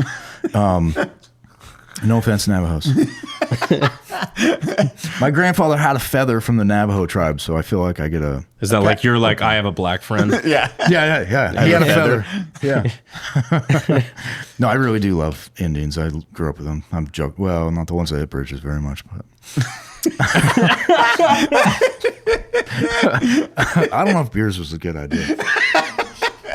By all means, Question have my another. choice on beers. So you, man, Philip's going to have a heart attack over there. I know. He's like, fuck. Oh, he thumbs up. He's We're fine. good. Thumbs up. This is great. So, So- with the compartment, dude, Start so that slurring. saved your life too. Oh, totally did. Oh, and it gets better with the roads. We get to Ogden Gate, which is like the rear gate of the FOB Ramadi at the time. And the troop medical clinic is like right down that, the hospital for the base was right down that road. Some sergeant major had put speed bumps down there because people were speeding or whatever. Yeah, so there's like speed bump, boom, boom. Like this is You can't get to the fucking, oh my God, Dear that's such a God. sergeant major thing to do too. bro. And you know, I'm not gonna. You know, it's like some logistics guy that was just bored or some shit Yeah. too. He's like, the only soldier I lost rolled his truck. We gotta slow down in here unless there's an emergency, and now I can't get to the fucking Exactly. med base fast enough. God, got a commendation because I put in speed he bumps probably like did that. too. He like ran some risk assessment. And was like, hey, gets his nerd quant glasses out. Have you seen Generation Kill? Love it. Back in the day, it was like you got to police that mustache. Yeah, That's who makes me think about put the speed bumps there. Police that mustache. didn't even think about the downsides to hey, why you might need to get around quickly on the fucking base, especially Especially to the medical clinic. yeah, What the kind of fuck, important, kind of fucking important. Why would you ever need to get people there fast? Yeah, right. Yeah. Especially with a black fly zone, so getting a aerial medevac is almost impossible anyway. Holy shit! Yeah, it was bad. So you got speed bumps. You're just Oh yeah. bouncing your way. Oh yeah. And then we get- Morphine yet? Did they hit No, you? so Jesus. well, yeah, no, probably lucky on that one. Yeah. And we get to the medical clinic, and then they start doing the blood pressure and all that shit, which we didn't have that capability in our aid bags at that time. I'm sure they do now, but we get to the aid station, and they start working on you or whatever, and they kind of immediately realize you got to get somewhere like a trauma hospital. This is not good. So they put lines in, start pumping blood into my body, but they wouldn't give me any morphine because my blood pressure was so low. It would just kill you. So they do that, and then they put me on a bird, and the idea was go to Balad, the Air Force Base. Yep. And that's where you want to go. That's where like the smart people are with like they have TVs and shit. Two movie theaters. They have a swimming pool, outdoor and indoor pool. Trust me, that's where if you were good, you got to go to Balad. I know Balad. So I grew up in the public education system of Alabama. Where's Balad at? Balad is it's an Air Force base in Iraq. It was more Moqtadiya. Yeah, river wasn't area. it closer to Erbil? Is that Yeah, where it was at? it's like in between. You had Baghdad and then Moqtadiya, and I think it's like But or the that's where Diyala like River. the good doctors were there. Yes. right? Yeah, the Air Force. The people that Air Force. Yeah, was the there. Air Force. Okay, lived. I understand now. Air Force lived there. It was dope as shit. dude, yeah. So we get up in the air, and there was a couple of us on there, including the dog. His name is Bruno, and he was on there. He lived. The dog did. Sergeant Can, unfortunately, passed away, and Colonel Mack died as well, which sucked. Both. Was he a full bird or just a lieutenant? Lieutenant Colonel. That's fucking wild to lose a lieutenant colonel. The too. balls that guy had. Yeah, man. to be out there too. Dude, he's out there with a bunch of 5s, 6s, 4s. I think the next highest ranking guy was a 6 that was Yeah. actually out there. Oh, so same blast got them as well. Yeah, Colonel Mack, it sucked, man. Like we all liked him because he was just like that. You know, he was true like leader. a true leader. He just came up to me right before I got wounded, and he's like, "I know you got some fucking Copenhagen." I'm like, "Yeah, I do." So I can like give him a dip, you know, and he's like, "This shit's." I'm like, "I know, sir." And then he was awesome, man. So and he was a great guy, dude. I don't want to get depressed about it, but so he passed away, and then Dog Handler Sergeant Ken, also a great guy. Sergeant Ken had been at Fob Hit on the Syrian border, way over there, and he was bored as shit. He's like, you guys got to get me to Ramadi. That's where everyone's doing shit. So he had volunteered to get over to Ramadi too. So it's just a bunch of the best dudes in the world, you know. Great guy. He passed away. Bruno made it, and then actually deployed again to Afghanistan. No shit. Yep. The hard ass dog right there. Hard ass dog, man. That dog was badass. And right before he got wounded, one of the things I had said to Can over the radio was actually it was face to face. He's like, "You want us to come out and help?" And I was like, "Yeah, I'm glad you got that dog off of my truck," because he was just out there sleeping, you know, on my hood. Just joking because we loved him, Yeah. you know. Yeah, he's a stud. So we get to the aid station, get in the bird, and I get like barely coherent at this point. And we take off, and we're trying to get to Blad, and they ended up stopping in Tequadum, TQ, because I was losing too much blood. And so they started like more blood, more saline or whatever it is in those IV bags. How much blood have they put in at this point? It had to be Man, it was liters. a lot. Oh yeah, it was definitely a lot. And then we take off from there, but I still just had them in my arms, like the lines. I think it's hard to remember exactly. And then I don't think that's your fault. Yeah. What the fuck? Give me the details, bro. You only had 30 holes in you. Kind of a lot going on. Yeah. Like, were you conscious for all of this? Yeah. Or- okay. Dude, that's fucking. Yeah, I mean, you start to go in and out from pain a little bit, but and then we take off from TQ, and we end up stopping in Fallujah for emergency surgery. They're like, Fallujah had a better trauma hospital than Ramadi. They're like, this guy's not gonna make it. So stopped in Fallujah, and they put a PICC line in my jugular, and I think that one either had 2 or 4 bags going in, and they put me in traction splints, and they split my quads from like knee to hip on both sides to try to relieve the compartment syndrome. And What is compartment syndrome? it's like your body starts swelling from the inside out, essentially. So like all of your fluids are like, I don't know, I'm not a doctor, but your fluids start pressing both directions, I guess. It's just creating pressure inside. It essentially saved you and also very bad at the same time. Exactly. Because how many minutes is this? Is like minutes in. Your femoral, especially if both were cut. If you're hitting the femoral and compartment syndrome didn't happen, you have 2 to 4 minutes to live max. Yeah. Fucking max. You're just leaking blood everywhere. Yeah, and it's not leaking. It is squirting across the goddamn room. Like where he was saying, oh, it's this little pump that every time your heart beats for arteries, it shoots across the goddamn room. So That's the high pressure side. Yeah. If you're into trucks or whatever. yeah, but yours is like, oh, hey, compartment that syndrome is just crushing everything. Wild, fucking wild, especially with that many holes too. Oh, dude, it sucked. Yeah. And I would say, to add to his point, if you're like a truck guy, it'd be like putting a channel, or not a channel lock, a vice grip on a line or something, you know, to like slow it down. So we get to Fallujah, they get me in traction splints, and then they split that knee to hip on each side, and that fucking really sucked because, you know, you're like virtually no pain medication at all at this point, and you know, you're like, your brain's barely there, but you can hear it when the scalpel goes. You can like hear it in your ears. It's weird. I always say it sounds like a muddy zipper. Yeah. So that sucked. And then once they got me stabilized-ish there, then they hit me with morphine. Or maybe it was at Balad that they did that, but they finally got me to Balad, and then it was morphine hell and all that until they finally got me to Landstuhl, and then from Landstuhl to Walter Reed. And so that was... Damn. So how many minutes was from explosion to actual morphine then? Did they say if they ever told you? I don't know for sure. It was a while, though. It wasn't... Well, I don't know. I guess I don't really know for sure. When I wrote the book, I went back to my medical records and then talked to my friends because obviously I'm not going to have a clear memory of stuff. So I remember things one way, and then I would talk to my buddies and be like, does that sound right? You know? So I'd try to get as right as possible. So whatever I've got in there is probably going to be closer, but I don't think you could, like, they don't write it down. What they do, though, is the minute you're off the field, they scan your ID card, your CAC card, and you stop getting combat pay. They made sure of that real quick.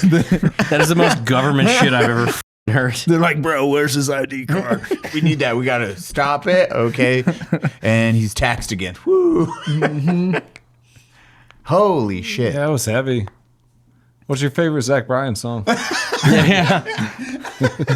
I'm like a spiritual boomer, man. I listen to old cowboy shit mostly, and then I really like Bach, so I listen to like a lot of Bach. But All right, Really? okay, lighter note. That's what you're listening to these days.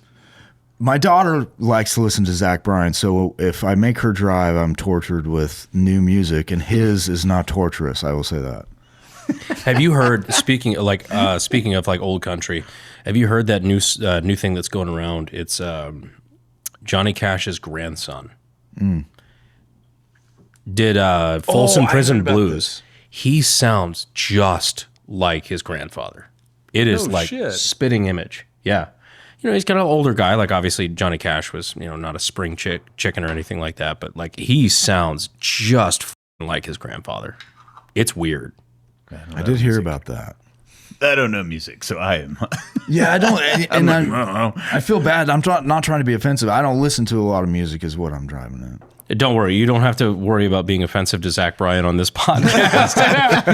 We've got some lore, apparently. With the backstory. I'm like, oh, dude. So, how was the response from your book, though, or the individual seeing how far you've came from that? Because that is, dude, no morphine's fucking wild. For at minimum 30 minutes, there's nothing. At minimum 30 minutes, I'm guessing. And then to have to probably. just- yeah. Oh, yeah. Yeah. Well, thankfully, military was pretty good at, like, they tried to speed it up, but then speed bumps and Yeah, everything. once you you went get to- on a bird, it's like, But you went to multiple places, apparently, before there was Yeah. morphine, right?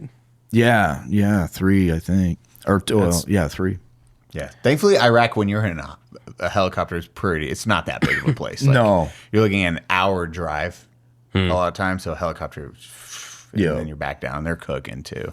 Yeah, they haul ass. But you had that response, though, from that had to been like super motivating or inspirational to a lot of veterans and helping them too. Because they're like, holy shit, okay, homeboy went through way worse shit. And this is his story on how to overcome that.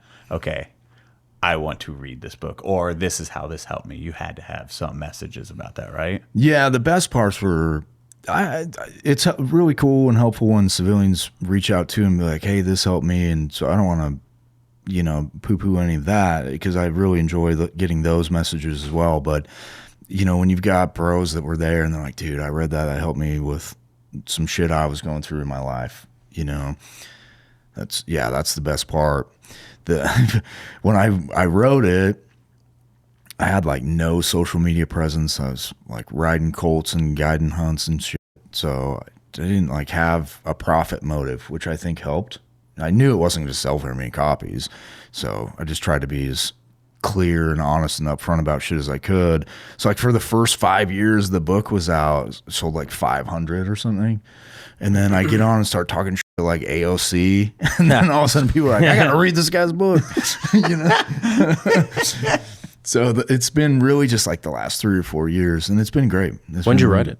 I think I started it in 2015. I think it published in 2017, I think, was the year that it came out. Where can we buy it now? BraxtonMcCoy.com. Great. Where to get it? You're gonna have a lot of people, especially yeah. these fuckheads out there. Yeah, You got a lot. you shitters out there. They're very supportive. This is now the second time we've mentioned where you can buy your book, and I promise you we will have comments that ask where to buy it. Yeah.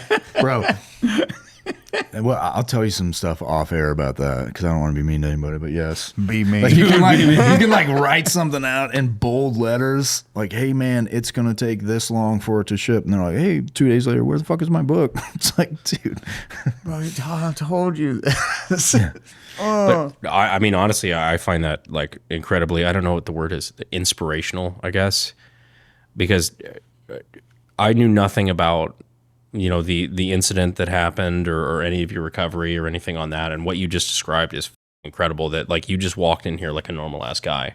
Like the fact that you're walking in itself is a miracle, but being as mobile as you are and everything that's got to be fucking awesome, man. I'm really happy for you.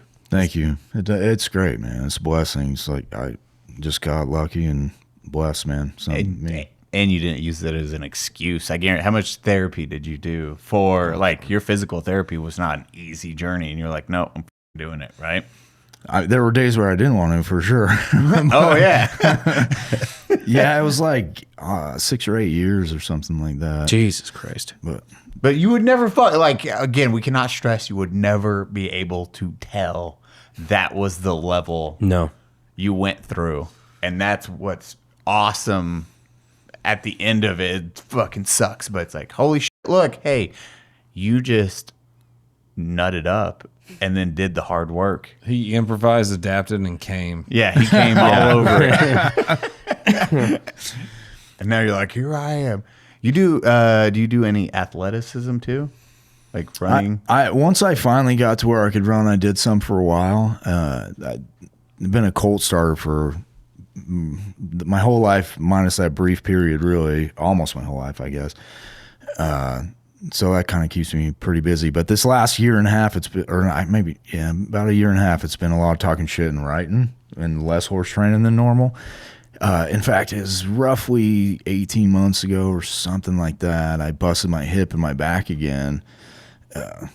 What were you doing? But man, I got bucked off this half draft colt, and I thought she stepped on me. It hurt.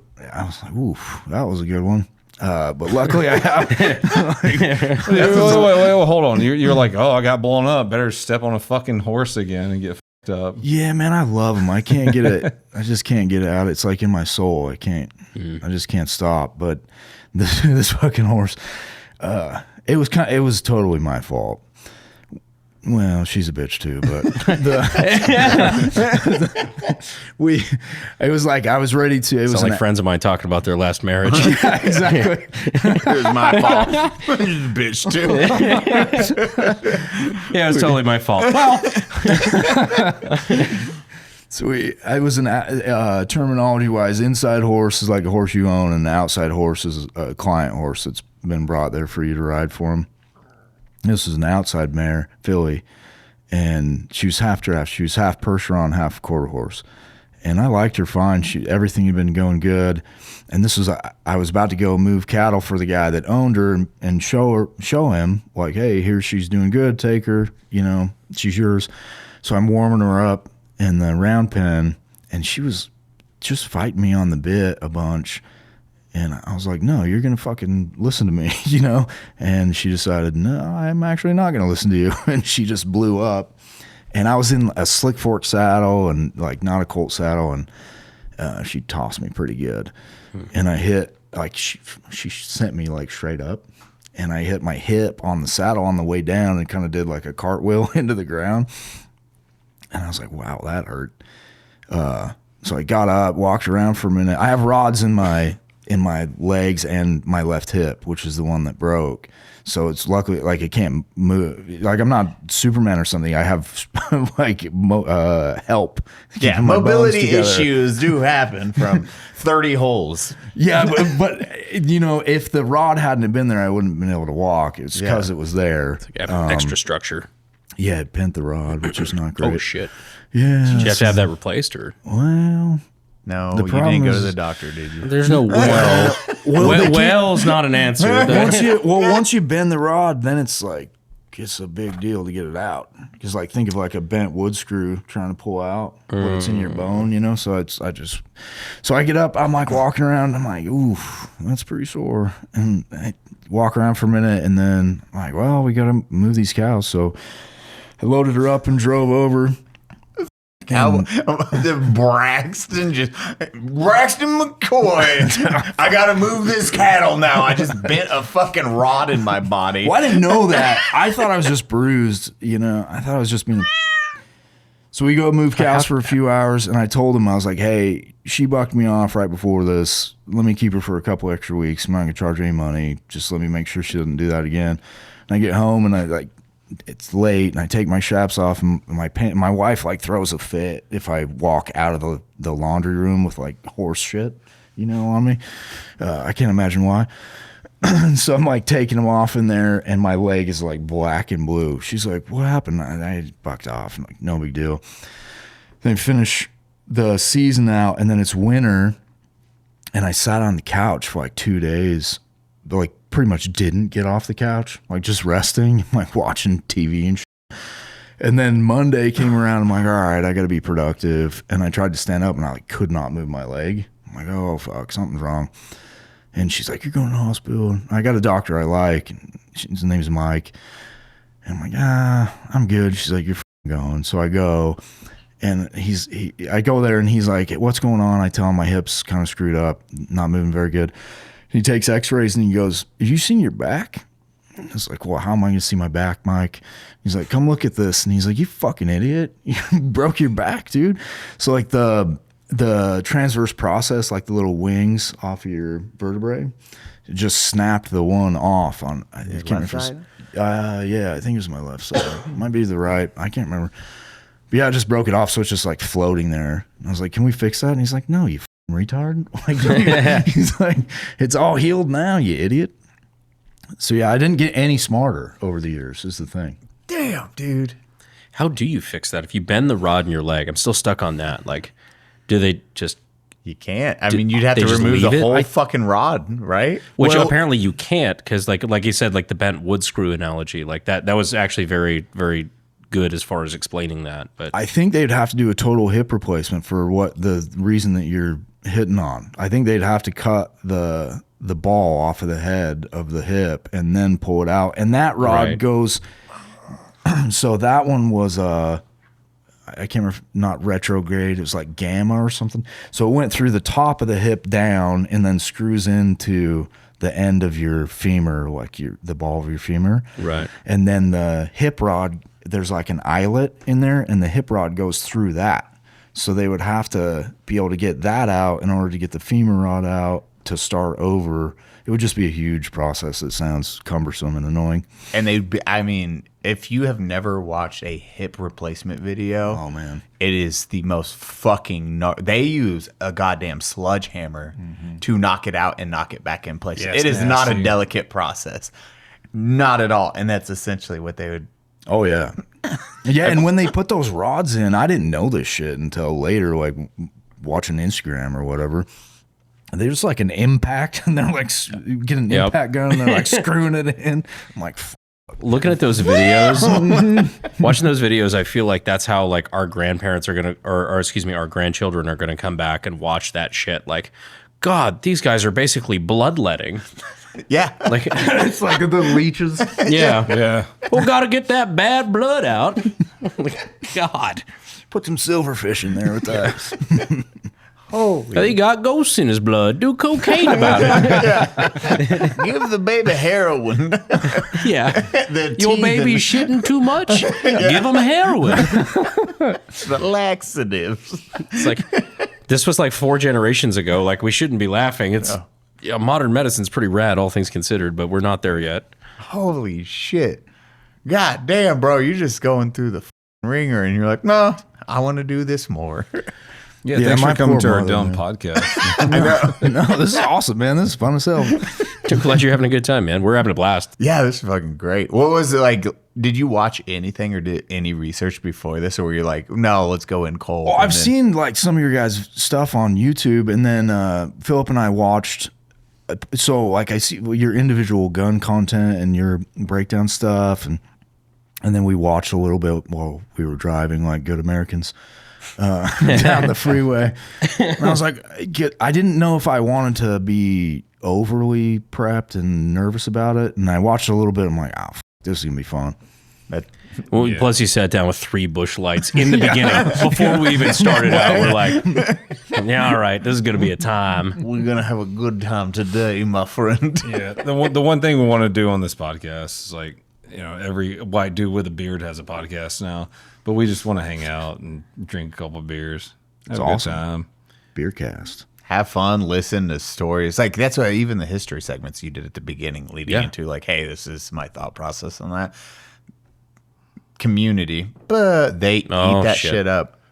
Every time he says the word community, we have to drink. Oh, okay. It's a rule. But that's one thing I wanted to kind of bring back around.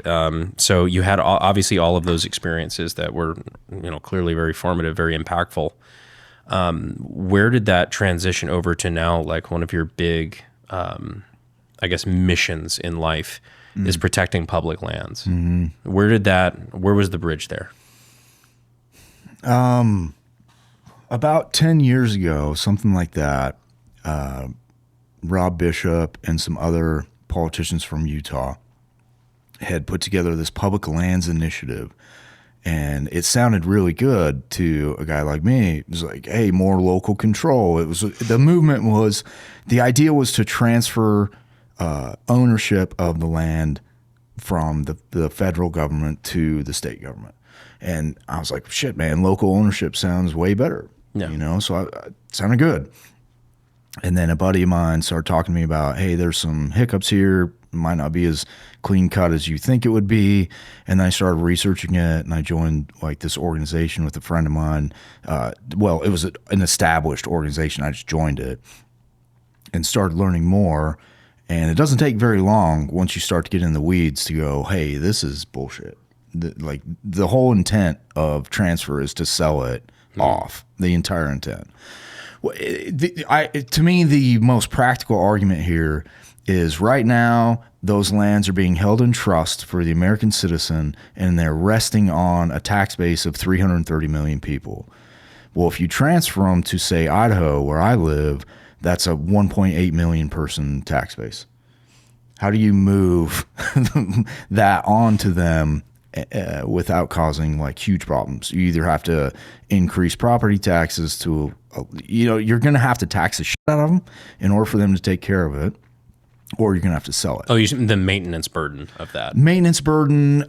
There's actually a program called PILT, Payment in Lieu of Taxes, that is designed to take care of rural communities like the one that I live in. So there's a ton of public land where I'm at, a shitload, and property taxes are not being collected on that. Well, property taxes help pay for schools, roads, firefighters, sheriff's departments, so on. Well, they can't collect tax on the public land, so the federal government says, well, we'll put together this program and we'll pay you money to your rural communities in order to take care of this. So if you transfer it to the state, well, now that rural community doesn't get that money. So how are they going to pay for all this shit? They have to sell it. The state will have to sell it. There's no way around it. And that's without even getting into road, bridge, fire, all these other, like fire mitigation, all these other costs. They just can't afford it. There's no way. They get sold off to either China or BlackRock or whoever comes in and buys up all this fucking land. The Saudis. Yeah. People that notoriously, by and large, the people that are buying this land, not big fans of us or our culture or anything that we cultivate this land for. Yeah. And coming from a ranching community, a lot of small ranches, like the people that I care about, they're running a lot of times 90-10 percentage-wise deeded to undeeded acres. So they own like 10% of what they're running their cattle on. The other 90% is public land. Like BLM stuff? BLM, like, Forest Service. Kind of like the Bundy Ranch kind of stuff. Or I know that's its own separate issue. Yeah, that would be its own podcast, but yes. Who else buys it, Brandon? Those guys, they already hate me, and I'm like actually on their side with a lot of it. But yeah, so if you were to do that, their ranch is just absolutely cooked. There's no way they can buy. So one common argument you'll get is we'll just let the rancher buy that land. There's other reasons not to want this, but he can't. I'm telling you right now, he absolutely can't. There's no way in hell. If you've got a stocking rate of 35 acres to a pair, so you make maybe $500 a year per 35 acres, something like that, after inputs are done. How are you going to use that to buy something that's going to sell at probably a minimum right now, because the land prices are where they're at, $3,500 an acre? How's he going to? It'd take 5 generations. No one's going to. First of all, no one's going to loan to him on that. Right. But even if they would, there's no way he can't do it. And then there's another reason not to. There's many reasons not to, but another important reason not to is out west. A lot of our species are migratory because of the mountains. So they'll summer up on the mountain and then they'll winter down in the flats. Well, you start fencing all of that stuff off, you're just going to destroy the mule deer population, which is already struggling in virtually every state but Wyoming. So you just kill off keystone species for no reason. And not just keystone. Is the reason why it doesn't, they're not particularly affected in Wyoming is because it's more flat? Or? No, what happened in Wyoming, they finally reached stasis. They lost a bunch too. They used to be at about 1 million. Their herd used to be about 1 million animals. I think they're at 400,000 right now. But they were able to hit stasis because Eastman's and some biologists there, and then I think some money came in from another group. I wish I could credit them, but can't remember. They identified this one ridgeline that was private, and it wasn't a big chunk that was a corridor. And they were able to purchase it and remove the fences, so then those deer could migrate again from summer range to winter range without being interrupted, and then the herd reached stasis. And migration is like, it can be 150 miles. Sure. It's not like 12 acres or something, right? Like whitetail. But that was the choke point. It was a choke point, exactly. Like whitetail, from what I understand out here, a lot of times they'll establish like a 5-mile radius or something. They don't migrate in the same way. But mule deer need it. If you had total control over everything, what would you do to solve all this? Yeah, if I like total control, like okay. Well, he might get a little scary on that part, but that's what I want to hear. He's so passionate. Do I have about the it. nuclear codes? Yeah, like you're so passionate about this. Let's say you had all the control in your hand right now. Like, what would you do? I think it's possible, but I don't think it's probable, at least in the short term.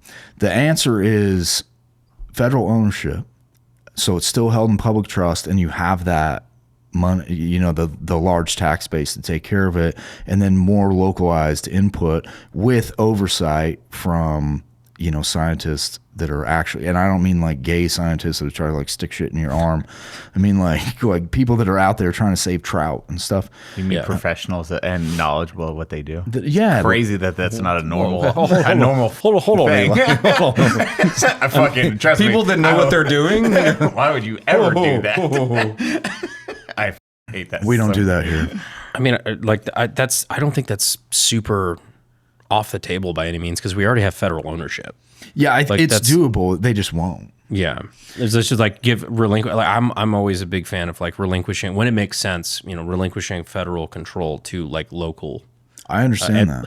The best form of government, like I don't know, soapbox back over here. Keep going, Brandon. No, you're right. The best form of government is always the most local. Mm-hmm. So for things that can't be controlled, like obviously like. You for a federal government, there are certain duties that make sense, and then for whatever you can distill down to the state, for whatever you can from there distill down to the county, to the city, to whatever. And ideally, the most perfect form of government is the self, the person, the individual. And so it's almost like you're a good politician, Brandon. No. Politician's a fucking slur. Don't ever call me that again. That hurt. I just took poison damage by you calling me politician. minus one. Finn, bleep out what Cody said to make it racist. Finn, I know where you live. Don't do that either. But no, like I feel like nobody knows what the local communities need more than the local communities. Yeah, I agree with some of that. and So I I don't don't want to trust like. humans. That's my problem with them. I'm like, you're putting a lot of trust in people at the local level. Then you're like, they'll be like, I got an idea.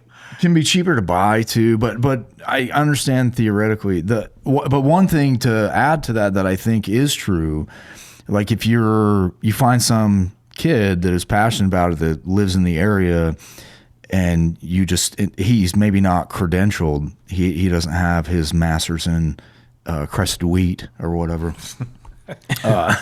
But he knows specific. how to. I'm talking about a kid that like grew up there. Still better Yeah. better than gender studies. Yes. Yeah, that's It's another podcast. have opinions. Oh, I bet we can get some. They try to do that shit to our fish out there. They're like queering the streams of the West. That's a real science paper. I'm like, you know what? Give me them nuclear research. I just want that merch. That's a great queer in the fish or queer in the streams. Queer in the streams. That was a real scientific paper, a real one. How Yep. much did they? Alex Jones is tweaking like they didn't stop at the frogs. Wait, there's queers in the streams? Bro, So you have. how close to California are you? I don't know. Unfortunately, Dude, pretty like, close you're to like, Austin. okay, hey, here's what we're trying for, as Cody said. You're like, just. So Just some kid in the holler. yeah, you find that kid that's actually been working in it and he's still doing it, and you pay him some money to say, hey, what would you do to improve this? And then you give him the opportunity to kind of manage all of this shit around him, and then you have some oversight on there because maybe he goes a little too hard, but he probably won't. Some things we did used to overgraze and all that, and you will still see occasionally some dickhead overgraze something, usually lease property. It's not his, like private lease. You'll see some of that, but most people have kind of figured out, hey, maybe I could put a couple extra pounds on my beef this year, but I'm not going to have as much forage next year, so it doesn't make sense. We need some kind of balance here. You find a kid like that and you say, okay, you're in charge of this range. It's a job. If you f it up, we're firing you and finding someone else, and you just have it on a yearly, like annualized. Show me your performance review. And I don't mean like, how many trees were you able to rip out of here? It's like, how healthy is this ecosystem? How well did you manage it? What projects did you, that kind of stuff. Genius. It needs to be a little bit more, for sure, nuanced, because you always have like, for example, a company that goes public. Now you're no longer running your company for the future, or for, like, for example, like with a founder, like a founder's idea of where the company needs to go 5, 10, 15 years in the future, like Steve Jobs or somebody like that. Now you're going for performance review for the quarter. And that's how you end up with things like Social Security, things that we knew that would never work. But everybody involved that was getting the pats on the back when it, did well in the beginning, things that they will all be long dead by the time it fell apart. It's like, I'll never see a dime of Social Security. But doing it like that and hiring an individual, a kid, and then a team based around performance is literally how we hire anyone for Unsub Pepper Box. It is based off of, hey, let's see what you can do with, I don't give a shit about your piece of paper, your college education. This is you unprompted doing this and learning this by yourself. When you present a good deck or a good reel, you're like, holy shit, you edited this, so you're all self-taught. It's like, yeah, you love this. This is why you do this. It's for the love of the fucking game. That's the same thing. It's like that kid would be for the love of the game is why he's learning that ecosystem and how to develop the best way. That's right. That's Yeah, why I no, love what he's saying, dude. That's what it's like. Well, That's how it Brax- should be across Yeah, dude. everything. Braxton's like, hey, kid, you grew up here? All right, figure it out. If you f it up, sorry, you're gone. And that's the incentive too. It's like, oh shit, I have to do the best. I don't. It's not about the paper or any like. It is. I have to do the best job I can right now and lead this team. And then if I do really good, I get to do this next year. Exactly. Yeah. Damn. Unless you have a septum piercing, then you're just out. But then there's the Eli problem that you brought up earlier, which is, humans typically tend to suck. Yeah. That's So how do you hedge against that? I think that is where if you're self-motivated and you are self-taught, a lot of the times you're doing it not because it's like, oh, look at my money. Like, aha, I'm getting paid to do this. They're doing it because they want to do the best they can in that field.